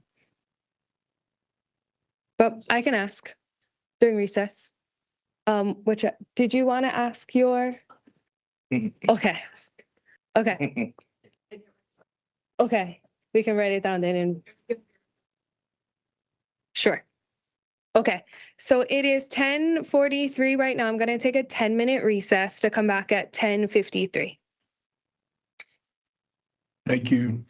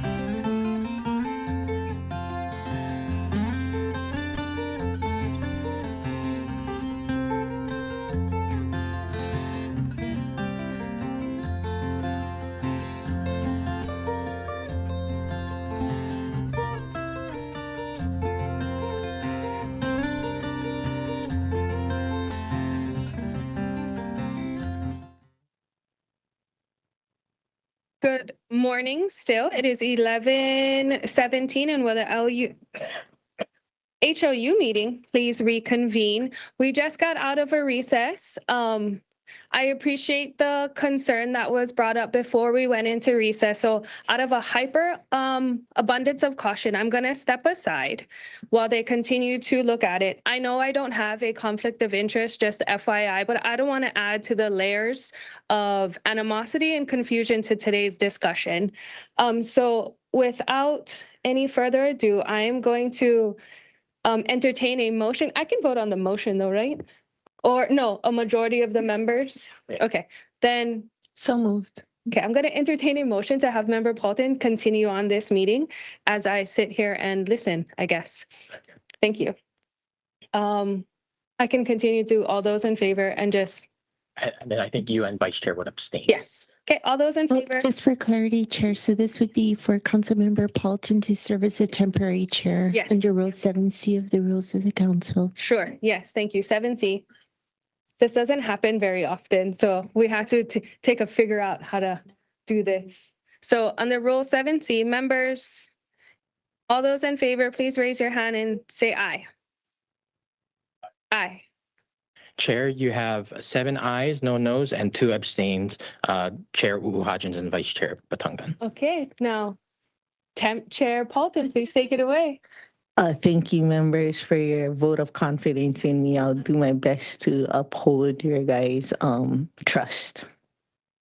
Okay, so where we left off with Member Rollins Fernandez had a question for Corporation Counsel regarding RCD 9. So, Member Rollins Fernandez. Mahalo, Temp Chair. Temp Chair Tem. Okay, so I did write down my question, and the follow-up question that I had is, okay, so for the RCD 9, Deputy Corp Counsel, you mentioned a code amendment, and that would be a code amendment in Title 19 for by right permissible use of public facilities on ag land if it's owned by the county? Public use. So just use the exact same language as the HRS. Okay, mahalo. And then if we were to follow the RCD 9, or if we are to follow that, what would be that process? So that process, essentially the RCD takes the place of the code amendment until the code amendment can be established. So it is just allowing it as a allowed use within the agricultural district. So at that point, it would be administrative permitting, like building permits, etc. All the regular permits for building. Ministerial. Yeah, just not not requiring a change of zoning and the other things. District boundary amendment. What about the community plan amendment? I think the community plan one was it was questionable. It's not necessarily that it would be needed at that point. But it might still be good to change it just for an abundance of clarity in the community plan. Okay, mahalo for that clarification. Do any of the other members that aren't recused have questions about RCD 9 while we're on the topic? I just had one. Oh, go ahead, Charlie. Mm-hmm. So for Corp Counsel, besides being exempt from a number of county processes and normal requirements, is there another advantage as far as funding? So you said that it's not eligible for the CDBG DR funds. Is that what you said? Well, I'm not sure, but I just there's no inherent connection to any monetary purpose in the RCD. The RCD is simply saying that for public uses, that is an allowed use in the agricultural district. So I'm not exactly sure. Okay, how much time would be saved? How much time do you think would be saved by following that process? It would just allow it to proceed without what you folks are doing right now. So if you move this forward, then it would be minimally faster. But if you didn't approve these change in zoning, DBA, et cetera, then it would be faster to process it that way. Okay, Rather than thank you. Yeah, thanks. Thank you, Chair.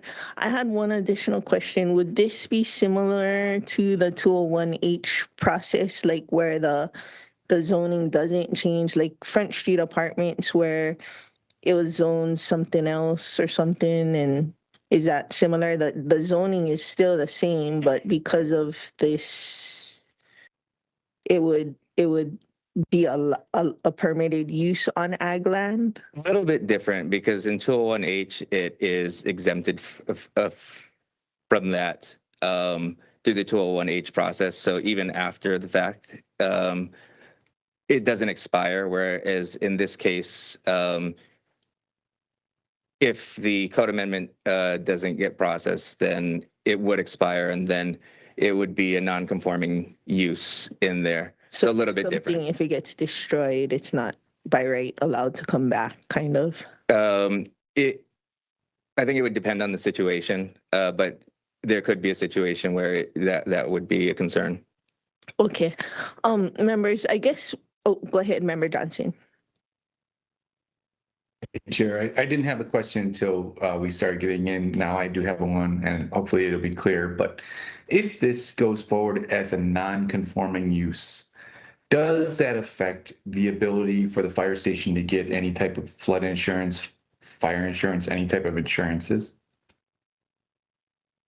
I would have to look to confirm completely, but I don't believe it should. It's just use that was allowed but is no longer allowed. It's still a legal structure. Okay. So yeah. Fair enough. That was my one question. Thank you. Thank you, Chair. Okay. Go ahead, Member Seymour. Thank you. Thanks for having this discussion. And thank you, Member Uhajins, for sending the RLS forward so we could. So basically, if we do nothing today, or if we deny this, then this is being discussed because this is an alternate method to get this passed. Administration. That's a question for Mr. Nunakawa, clarifying. Yeah. Yes. Okay. Go ahead, Mr. Nunakawa. This is, if you folks decide to pass this, it's currently the cleaner method to do because it changes it to a district that has a permissible use. But if not, then there's, like I said, an amendment being processed to do the same thing just in our code. And so that would make it permissible. You wouldn't have the issue of non-conforming. Does that answer the question? Yes, you answered my question. So this is a alternate method that we could fall back on, I guess, or administration can fall back on to proceed if we do not approve what's before us today. Thank you. Okay, members, we have, I guess, roughly half an hour left in this time slot. I have asked our staff to look for a recess date. My understanding is HLU next week already has an agenda, and hopefully by a recess date, we will get a formal opinion from the Board of Ethics. So while that's in process, the resources that we have here today, besides Mr. Nunakawa, are planning, Anna and Wilton, Chief Ventura and Mr. Roy, as well as Kani Ali'i Williams. And what was that? All the resources, sorry. Oh, also finance, Marcy and Guy, land acquisition officer. Hoku Kruger. From AHL Architect, we have Garrett Horimoto. From AECOM Engineers, Diane Kodama and Jessica Samura. And from Keala Pono Archaeological Consulting, Cultural Consultant Gina McGuire. And from Mailelani Design, Landscape Architect Vivian Arita. So I mean, maybe we can get through one round with those resources. Let's give folks about 4 minutes because we have two less members to spread out the time. Would members, if you have a question, maybe at the beginning of your question, you can say which resource it's directed to, and then the resource can possibly go to the podium stand. If it's a tall resource, Mike will come to you. And I did see member Rollins Fernandez hand up, and 4 minutes on the clock, please, staff. Ready, set, go. Okay, mahalo, Temp Chair. My first question is regarding the funding, following up on Member Sinensi's question. So I think that might be for finance, and then questions after that will be for the fire department. So Chief Ventura, be prepared. Okay. Do you know if it's to Marcy or Guy? It's what federal funding is the 15 million coming from? And also, okay, Chief Ventura is going to answer that question. And then question for OCS. I've been trying to pull up the bills and it says the page you requested was removed. I don't know if that's just me. Chief Ventura. Thanks for the question. In short, there is currently no federal funding on this project. The federal funding that was referred to in the mayor's budget was a placeholder for a grant that was going to be congressional direct spending money that fell through, and we did not get it. So this is all county funds. Online folks, can you hear the testifier okay? Okay, great. Just checking. So I didn't open FY27, but for FY26, it was like 18 million. Is that still the projected amount? 18.581 million. That money was going to expire in December, so we have that money in contract with the contractor right now. There was additional money put in FY27 to meet the balance of a few more million. Okay, mahalo for that. Okay, and then with my remaining time, I was hoping that you could share with the committee what we kind of discussed over recess, what it was that the department is looking for in the development of Ha'iku Fire Station, and pros and cons of A, B, C, and D. Certainly. And then we briefly discussed relocation of the Puko'o Fire Station to Ualapu'e, in finding a pre-disturbed area so that there would just be support for the fire station. So mahalo for all your work on that. Of course. We conducted the Kealapono study, the Kapa'akai analysis to gather information from the locals as was recommended and required. And the input that was provided was taken seriously. The additional sites that were looked at during the 2021 site assessment, it seems that there's most interest in site D, which is the Holokai Road site. That site has a water line running by it. It's owned by the state. It is on the water meter list, which means we don't have any water. State doesn't have any water meters on that property as of when that study was done. Additionally, the fire flow requirement for that property would require the Department of Water Supply to install an additional storage tank in their water system. And in order to do that, they would need to buy the property next to the current storage water tank to increase the volume to provide the fire flow to the Holokai site.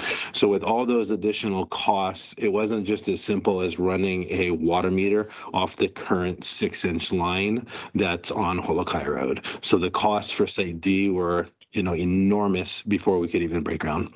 The other two sites that were less desirable were, one, they weren't available. They were looked at and we were hoping that we could work with the community to, potentially get somebody to sell land to us, but the land is being used. And so basically we came back to site B as the, desired site. As far as, response to the community's emergency needs, there's comments about wildfire and such, but there's a lot more the fire department does. So the need in that community is great for a fire station. Mahalo, Chief. Sure. Mahalo, Chair. Thank you. I see Member Cook with his hand up next. Member Cook, followed by Member Sinensi for you folks' opportunity. Thank you, Chair. I guess while the chief, before he sits down, If I could add a couple of questions. One, how long ago, I guess, how long has the county owned that parcel and what it was previously used for, and when this idea of putting the station there originated?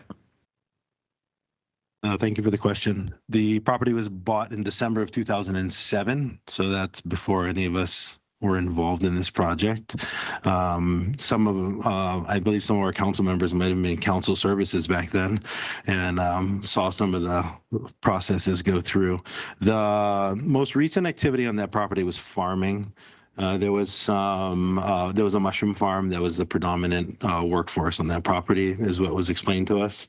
And so once that kind of wrapped up and finished, then the parcel just wasn't in use after that. Okay, thank you. I just wanted, I lived up at the end of Avalao Road for 35 years. I moved to Kihei 19 years ago. My house had a fire that was devastating. My neighbor's house burned to the ground. And so I just want to, for everybody's benefit, having been a resident up there for my youth and when my kids were born, and now he's 50 and he lives on the property. This fire station is really needed in the area. And I'm supportive of it. So thank you, Chair. Thank you, Member Sinensi. Hello, Chair. A couple of my questions were asked and answered by the chief, but and they included the Site D. I guess for maybe Deputy Lillis, if there's a time, there wouldn't be a time sensitivity if there's no federal funds available, as Chief had said. He answered my second question about any, but if there's any time sensitivity. Thank you very much for the question, Member Sinensi. So the charter does provide that director-initiated items shall be taken up by council in 120 days. That's a charter deadline. So, or it might be 180, but I believe that one's on 120. So for director initiated items, that's the only deadline. There's no funding or other legal deadlines that I'm aware of. Okay, thank you for that. And then maybe for Ms. Kruger, just how much of the project has been, I mean, it sounds like your timeline after approval of these bills, then construction would have been planned for. Is that correct?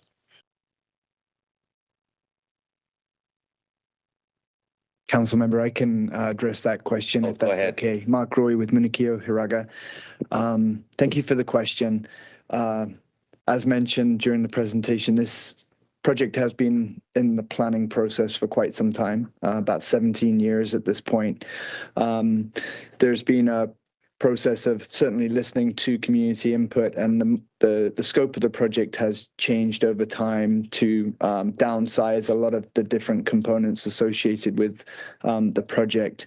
In terms of next steps, the district boundary amendment, community plan amendment, change in zoning ordinances that are with this committee, should the committee decide to support a recommendation, it would, as you know, go to the full council for first and second reading of those ordinances. The fire department has funding for the project to move forward. My understanding is it's entirely county funding. So very specific to this project, not associated with Lahaina in any way. There's construction permitting that is moving forward at this point as well through Development Services Administration, the Department of Public Works. Building permits are obviously needed to start construction, but as soon as those building permits are issued, the county and its contractor is ready to go on this project to move forward. Okay, thank you. Thank you, Chair. Thank you. Member Sugimura, followed by Member Johnson, followed by Member Lee. Thank you. Thank you very much. I fully support this, and there's such a great need. Been hearing about it for a long time. Where's our fire station? And I'm grateful for the department for moving it forward, the planning department, and Munikio Hiraga for the support. I look forward to us being able to vote, because I definitely will support all the bills, as it'll take us to where we need to go for the community. I hear about this when I'm at the Upcountry Farmers Market. Members in the haiku community are asking what happened or why not. And so I hope then that we can do this to make Makawao or the haiku area safer for the community. Much needed. Thanks. No question. Thank you. Before we go on to Member Johnson, some of the options for recess for members to consider while Member Johnson and Member Lee are asking their questions would be Friday, August 7th at 2 p.m. throughout the rest of the evening, or Monday, August 10th, 9 a.m. for all day. So just check you guys' calendars, and Member Johnson, go ahead. Chair, this question is for finance, probably Guy and the land acquisition manager, if he's available. If not, maybe someone else can respond. But I want to talk a little bit about the title. We heard the testifiers. I'd like to hear the department's view on if the title is a clear title. And maybe Mr. Nunokawa can weigh in after Mr. Hiranaka. Of course. We would defer this to Corporation Counsel, because they've reviewed the documents. All right. Okay, Mr. Nunokawa. So thank you for the question. The county does have a title insurance policy out for the county's parcel. And in that insurance policy, it identified the county's interest as being derived from Grant 6553 to Florence Wood by the Territory of Hawaii. And it identified that as the original instrument that granted title. And in the insurance policy, it didn't list any exceptions for any other interests that might be in the land. It said that based on what they found, the county had a interest as a tenant in severalty, meaning we own the complete interest for that parcel. And do you guys have, can I get authorized for share screen?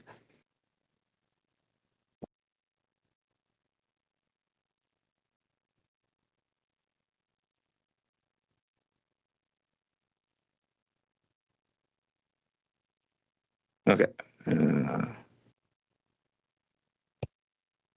Let me see.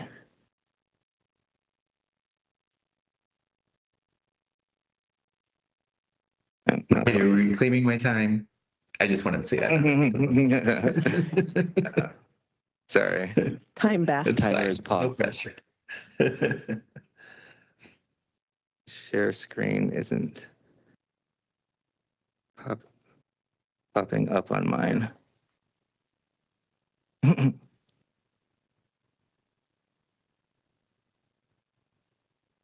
to share this one.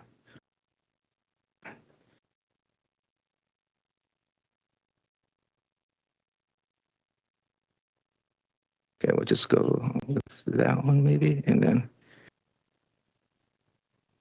Thanks, James. Can everyone see this one?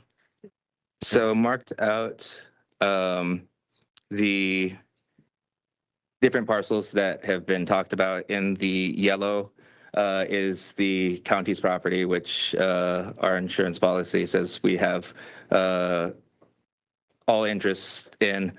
And that one is next to, but adjacent to the other property that's been brought up, the property granted to Nalopi. And so the purple is Nalopi's property and the TMK is amongst the few interests in that property. And that is the one designated in purple.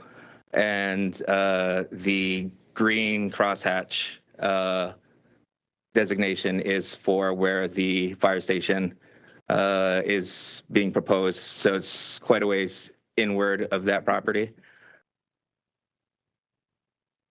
Okay. Thanks for that. So it seems like you're saying our insurance company says we have standing, I guess? Yeah, that we have clean title and yeah. I don't know if anybody knows this right off the top of their head, but maybe we could submit this as a question. But is there other public or quasi-public zoned areas that the county owns that could be another suitable site? And I don't know if Chief has anything to say or any department has anything to say about it, but I'm just curious if, is this, we have to do all these changes, zoning changes, community plans. Are there other areas that are just already public, quasi-public that would be available? And we wouldn't have to do this, all this other, change in zoning, et cetera. But if anybody wants to respond to that, I don't know if you, Chief is coming, Mike. Okay, great. And I didn't hear any bells, Chair. So just let me know. Okay. Thank you for the question. In the feasibility study that we did in 2021, that was one of the discussions to look for obvious land in the area that was already designated for that zoning, and none was identified for us. So yeah. Well, worth a shot. All right. Thank you for your response. And there's my time. Thank you, Chair. Sure thing, Charlie. Okay, thank you. I have to leave in like 5 minutes, but could I ask the chief and or Munakio's office how much outreach was done in the community? Chair, did you also want to try ask the guys that did the Pa'akai analysis, the Kiala o Kialapono whomever is best to answer that question. Okay. Whoever is best to answer the question of how much outreach was done. Oh, and I see Miss McGuire there.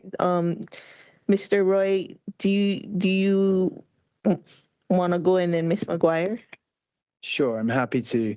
Maybe I can summarize what has occurred over the 17-year planning period. Ms. McGuire was involved in the Kapa'akai analysis that occurred more recently and did involve outreach. Okay. So for this project, and I was just chatting with Chief on the side, there was the land acquisition process back in 2007, I believe. There was some outreach conducted and some meetings conducted with the community as part of evaluating that site for purchase. The county then moved forward with the planning, developing the plans and starting the environmental assessment process that was undertaken. There were opportunities during the EA process for public review and input along the way. The EA spread across a number of years. There were comments received. As I mentioned earlier, the Department of Fire and Public Safety made a decision to downsize a lot of different components that were originally proposed in the project scope. One of which, an example of which is helipad was originally included in the plans. That has since been removed based on a concern that was raised during the EA process. There were wind turbines as well that were that did generate some concern. Those have been removed from the project scope. So there was the opportunity for public review, public comment during the EA process. Following the EA being completed, the district boundary amendment, community plan amendment, and change in zoning applications were submitted. Those were planning director initiated. We've been before the Maui Planning Commission for review of the applications that are before this committee today. And maybe bringing us to the Kapa'akai analysis, that's maybe what I'll hand over to Keala Pono for maybe a summary of the outreach that was conducted more recently on that component. Thank you, Mr. Roy. Ms. McGuire?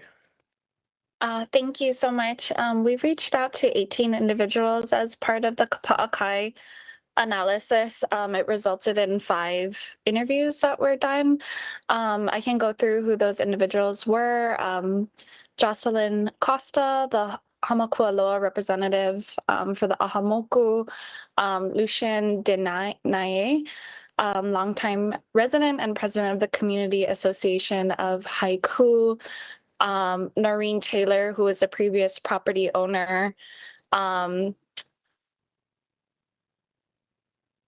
Scott, I don't want to miss Dr. Scott Fisher, chair of the Maui Lanai Island Burial Council, director of Aina Stewardship Hawaii Land Trust. And then we have Kaniali'i Williams, who's here with us today, completed our interview questionnaire. And then we had 3 other individuals submit email testimony. So yeah, we did speak with 18 individuals, and one of our recommendations was to consider the incorrect survey boundaries in that LCA.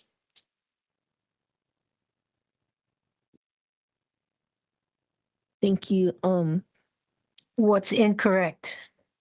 Oh, okay, follow up. Go ahead. We recommended conducting a land survey to verify the original boundaries of the LCA. I'm not sure if they're incorrect or not, but that was spoken of by several individuals that were consulted. Okay, thank you. Thank you, Chair. Thank you. For my opportunity, you know, I do believe that the August 8th fires affected not only Lahaina, but Maui County, state of Hawaii, and really from the outpouring of support around the world. That being said, I'm supportive of fire stations, and I think it's sorely needed. And I guess my concern is we've seen things held up in court. And as Mr. Connelly Williams has stated, he's studying law and this could go to court. So with him as a resource, and he did bring up a lot of these concerns on June 5th. And then I had asked Corp Counsel to look into those concerns, and Ms. Desjardins at the last council meeting said she thought she had that you guys were sufficiently prepared to address the legal concerns that Mr. Connelly E. Williams had brought up on June 5th.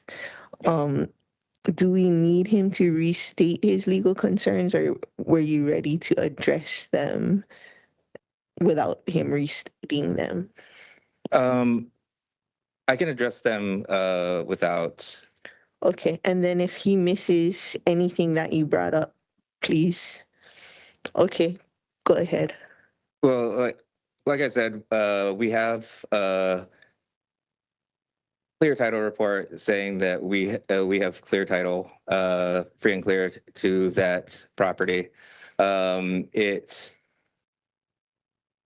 has a Schedule B that has things that they identified and excluded, but none of those things included any other property interests, any that may be outstanding. They were for things like roadway easements and whatnot.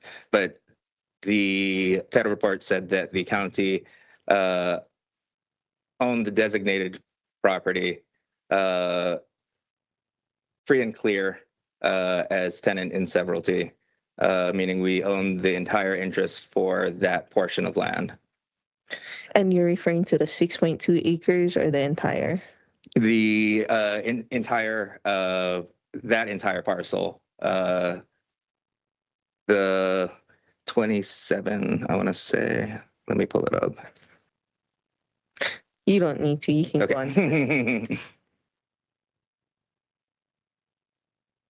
Oh, But yeah, for that entire parcel that the Haiku fire station is being located on. Thank you. I think Mr. Connelly also brought up concerns about 6E. And was that wasn't the entirety of your legal concerns that the title was free and clear? Was there other legal concerns that you had? Yes, but I do want to backtrack a bit because there's a few things that are being skirted over. Firstly is that Department of Fire Public Safety, Department of Finance, Department of Planning, as well as Department of Corporation Counsel have all received WIPA requests and responded to WIPA requests, specifically requesting all their documents showing a clear chain of title from the land patent 6553 to Florence Wood, which you folks are saying your title policy says is the original title, which is not true. Back to the Royal Patent 383, which is the allodial title given by the Kingdom of Hawaii government to Richard Armstrong. And all four of those departments all stated that they do not possess any records fitting that request, which means that there is no clear title from the land patent back to the actual title, which is connected back to the Land Commission Award for William Pitlileo Hoku. And in between that, in your map that you showed, you're focusing on, in the purple, Apana 4 of Land Commission Award 3336 in Alopi. But if you paid attention to the affidavit I provided, I'm talking about Apana 5, which is tied to Lima Ikaika, who is Richard Armstrong, and Lima Ikaika's name is on his Royal Patent. So our Apana 5 boundaries is the entirety of what is in the Royal Patent 383, which is the entirety of the Ahupua'a of East Kuiaha. So that's the first thing. Sorry, there's just so much. As far as the 6E, that is pertaining to the burials that are marked on the property that none of the AISs have registered, recognized, acknowledged. That is the Historic Properties HRS code. Because there's a marked burial, I have photographs of it, I know where it's at. May I clarify, in the SHPD documents, it does say one new site was documented, SIHP 5050066678. Rock alignments. That's not what you're referring to. No, that is separate from the burial I'm talking about. Okay, thank you. And there are photographs. SHPD has that burial registration. In fact, there was an interviewee in the Kapaka analysis who mentioned the burials, and I followed up with a burial registration after I found the burial site. Again, also, I want to backtrack to the funding part because the congressional funding that did not come through had to do with funding from, I believe, the Department of Agriculture, which was a 10 million that Jill Takuya attempted to get from Congress in 2024, and that did not come through. In 2025 is when the funding came through for a different set of funding to backfill. And that was confirmed again, both by the fiscal year 2026 and 27 of the mayor's response. So also, I do recall that it was Corp Council that was supposed to answer that question about the funding, not other entities. That I recall Chair Tamara asking Corp Council to provide that. The Department of Finance, I did send a WIPA request about that. They said that they don't have any records, and they referred me to the mayor's office. So I filed a WIPA request with the mayor's office, which is due in 2 days, for them to answer that question as well, because it hasn't been answered by the parties that were supposed to answer it today. Does that, yeah. And then as far as, I know there's more as far as the title issue. The part that we're jumping around, again, is that the administration has already stated what its policy is about land acquisitions, that when it purchases property and then discovers that somebody else has title to it, the policy is to hand it over to that family. So as far as the county's claim of title, I would say it's not clear because you folks have already admitted that. But also that policy comes into play where it's supposed to be handed over. Also, you can't hand over something that you don't have. Yeah, there's all these layers. Oh, the RCD. Just clarifying, do you have access to a deed for the Royal Patent or the Land Commission Award? I provided that in my affidavit that I provided in that 100 pages. And it lays out I can go over what's in it again. It has my birth certificate from the U.S. Department of Navy because I was born in a military hospital. It has my ship deed documents verifying my genealogy to Nalopi. Also mentions it was through a land commission award, which is the descendancy in East Kuyaha. There's a document from Shipti again with the confirmation from MLIBC. Then in that affidavit is William Pitlileo Hoku's native register that shows all of his ahupua'a that he registered his claim to, including Kuyaha, followed by his probate, determining who his heirs were, followed by a 1850 Privy Council resolution that gave his heirs the authority to have a royal patent, as well as stated that the Land Commission reserved its nothing in that resolution shall be construed to interfere with the right of the Land Commission to settle all title disputes. And then nothing shall be construed to interfere with the rights of native tenants in the lands. So Privy Council resolution after that, Armstrong, Ke'eli Kulani, who was William Pitlileo Hoku's heir, she sells East Kuyaha to Richard Armstrong, and I have that deed in the affidavit. And in the deed, it also says Lima Ikaika because Lima is arm or hand, arm, Ikaika strong, Lima Ikaika Armstrong. It has both of his names in that. He received his royal patent from Kawi Keoli, which also has the reservation clause saying the rights of common natives in said lands are reserved on the English one, and then on the Hawaiian royal patent in the Hawaiian language, at the top, it shows C original deed from Ke'eli Kulani to Lima Ikaika, and it has in parentheses Armstrong. Following that is the awarding of Land Commission Award 3336 to Nalopi, which there were 6 total apana. Everybody's so focused on the apana 4, which is also important because that's where the water corridor is being planned through, but trying to skirt around the apana 5, which is documented on that paper and has Lima Ikaika's name on it. The apana 5 is the same as the Royal Patent 383. It's a direct paper link. And then following that, in the affidavit, there's also the native testimony for Leleo Hoku's lands. Again, it says again, Kuyaha. It refers back to the Privy Council resolution from 1850. Following that is a deed from Armstrong selling his remaining interest because he cannot sell someone else's interest like my tutu's interest. He sold his remaining interest to S. Porter Ford. Porter Ford dies, his estate gets sold at public auction to Catherine N. Lee, and in that deed it says pursuant to the law of the property, which everything I just said prior to that deed, all the laws that are applied to that property, the Privy Council resolution that nothing shall interfere with my native tenant rights, the Ko'i Kuleana Kanaka and Leleo Hoku's LCA, my tutu's LCA, all of that is locked in by these laws. And this is way before the Land Patent 6553, which is territory period laws and Republic of Hawaii laws, not the original kingdom laws where these lands were awarded with the original titles. And so Court Counsel or supposed to have reviewed that. So there was a lot that was missing in the deliberation on Court Counsel's part, which I think is very, 35 business days since the last meeting. That was plenty of time to review everything that I provided. And I'm trying to make your folks' job easier because we shouldn't have to get into a legal battle if we know what is the actual truth behind the property. And the county has admitted through its own paperwork to me through WIPO request and has a policy that is supposed to return to the family, irregardless. And our family has never sold to begin with. Thank you. I went a little over my time, but that was the answering of the question that was within the time limit. So next up is Member Rollins Fernandez. Mahalo, Chair. And I'll make this quick because we will reconvene. And my question was answered when you called on our resource personnel, Mr. Williams.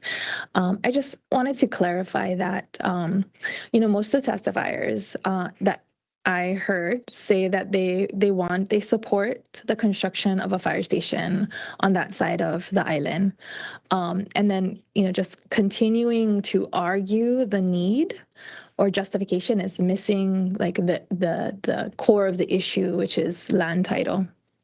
And then to continue pushing the argument of the need starts to sound like what's being argued is Kanaka land rights don't matter because we need a fire station. And I know that's not what is being meant, but that's what it starts to sound like if we're not careful.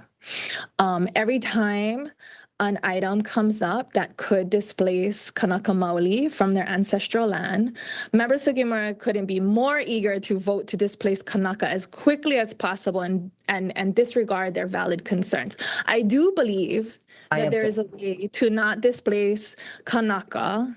We just have to care and figure it out. That's all. Mahalo, Chair. Whatever. Thank you. So that being said, have the members had an opportunity to look at their calendars on a recess date? For me, it looks as though I'm available on both dates, which perhaps we will need. I don't know that it matters for Mr. Batangan. We may have a formal ruling by then. Member Hodgins, are the 7th and 10th good for you?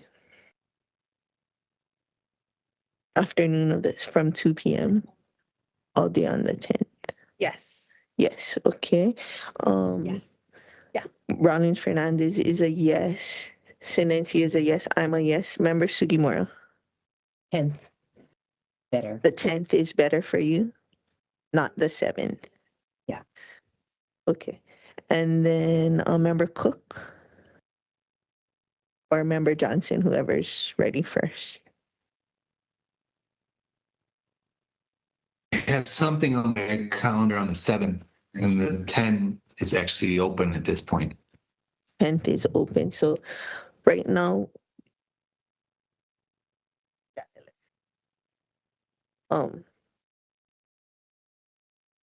but we're not having it on Saturday. So it looks like on the 10th we have 1, 2, 3, 4, 5 on the 10th. I didn't ask Charlie before she left. Member Cook? Bear with me, I'm looking. Okay, technology. I believe I'm ready. I'm available on the 10th. That would be in the morning? It would be all day, potentially. Yeah, I'm available. Okay, we're locked in, guarantee for the 10th. I'm not sure if we needed both dates, but we'd need to know if more folks are available on the 7th. But for now, everyone lock in the 10th, because for sure, the 10th. Does that sound okay with you folks? All right. Chair, go ahead. I'm sorry. I do have a 1:30 on the 10th. So the 7th I'm free, but it might be just an hour meeting. I haven't step away. That might be. That's all you have. Yeah. Okay, maybe we can plan for a 1:30 lunch if you want or something. Or we might not need you for an hour, either or. So is there any objection to recessing this meeting at this time? Because it's 5 minutes into you folks' lunch. No objections. August 10th at 9 for sure. Same place. Thank you. Same place because Chair? Oh, yes. So yes, to clarify, so the committee would be recessing to Monday, August 10th at 9:00 a.m. to the same Microsoft Teams link we're using today and connections that are being used today, with in-person viewing available here in the Kalanapukui conference room, planning conference room. Okay, so are we locking in the 10th right now and we're discarding the 7th then? If that's what the body wants to do, yes. Okay, because we have to say it before we recess. Okay. Oh, um, both days are no good for the chief. You could have people. And 10th is Anna and Wilton, yes. Miss McGuire, you okay on the 10th? I can be there. Okay, great. Maybe I don't know if folks wanna write any questions that they may have for the fire department ahead of time. Just send it into committee staff and maybe he can get them to the chief, and then whoever he sends as his designee. Is that allowed? No, not allowed. Admittedly, that wouldn't, we're not sure that'd be okay, Chair. Oh, not okay. Yeah. Okay. Can they call the chief on their own and talk to him in the interim? Okay. That's what it is. If you have questions for the chief, you gotta just call him up. Tell him I sent you. Okay. And I think that's all the things that need to be said.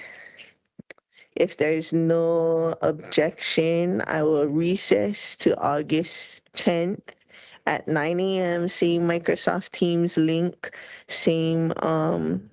Oh, and we just heard that Charlie is also available on the 10th at 9 a.m. So there you have it.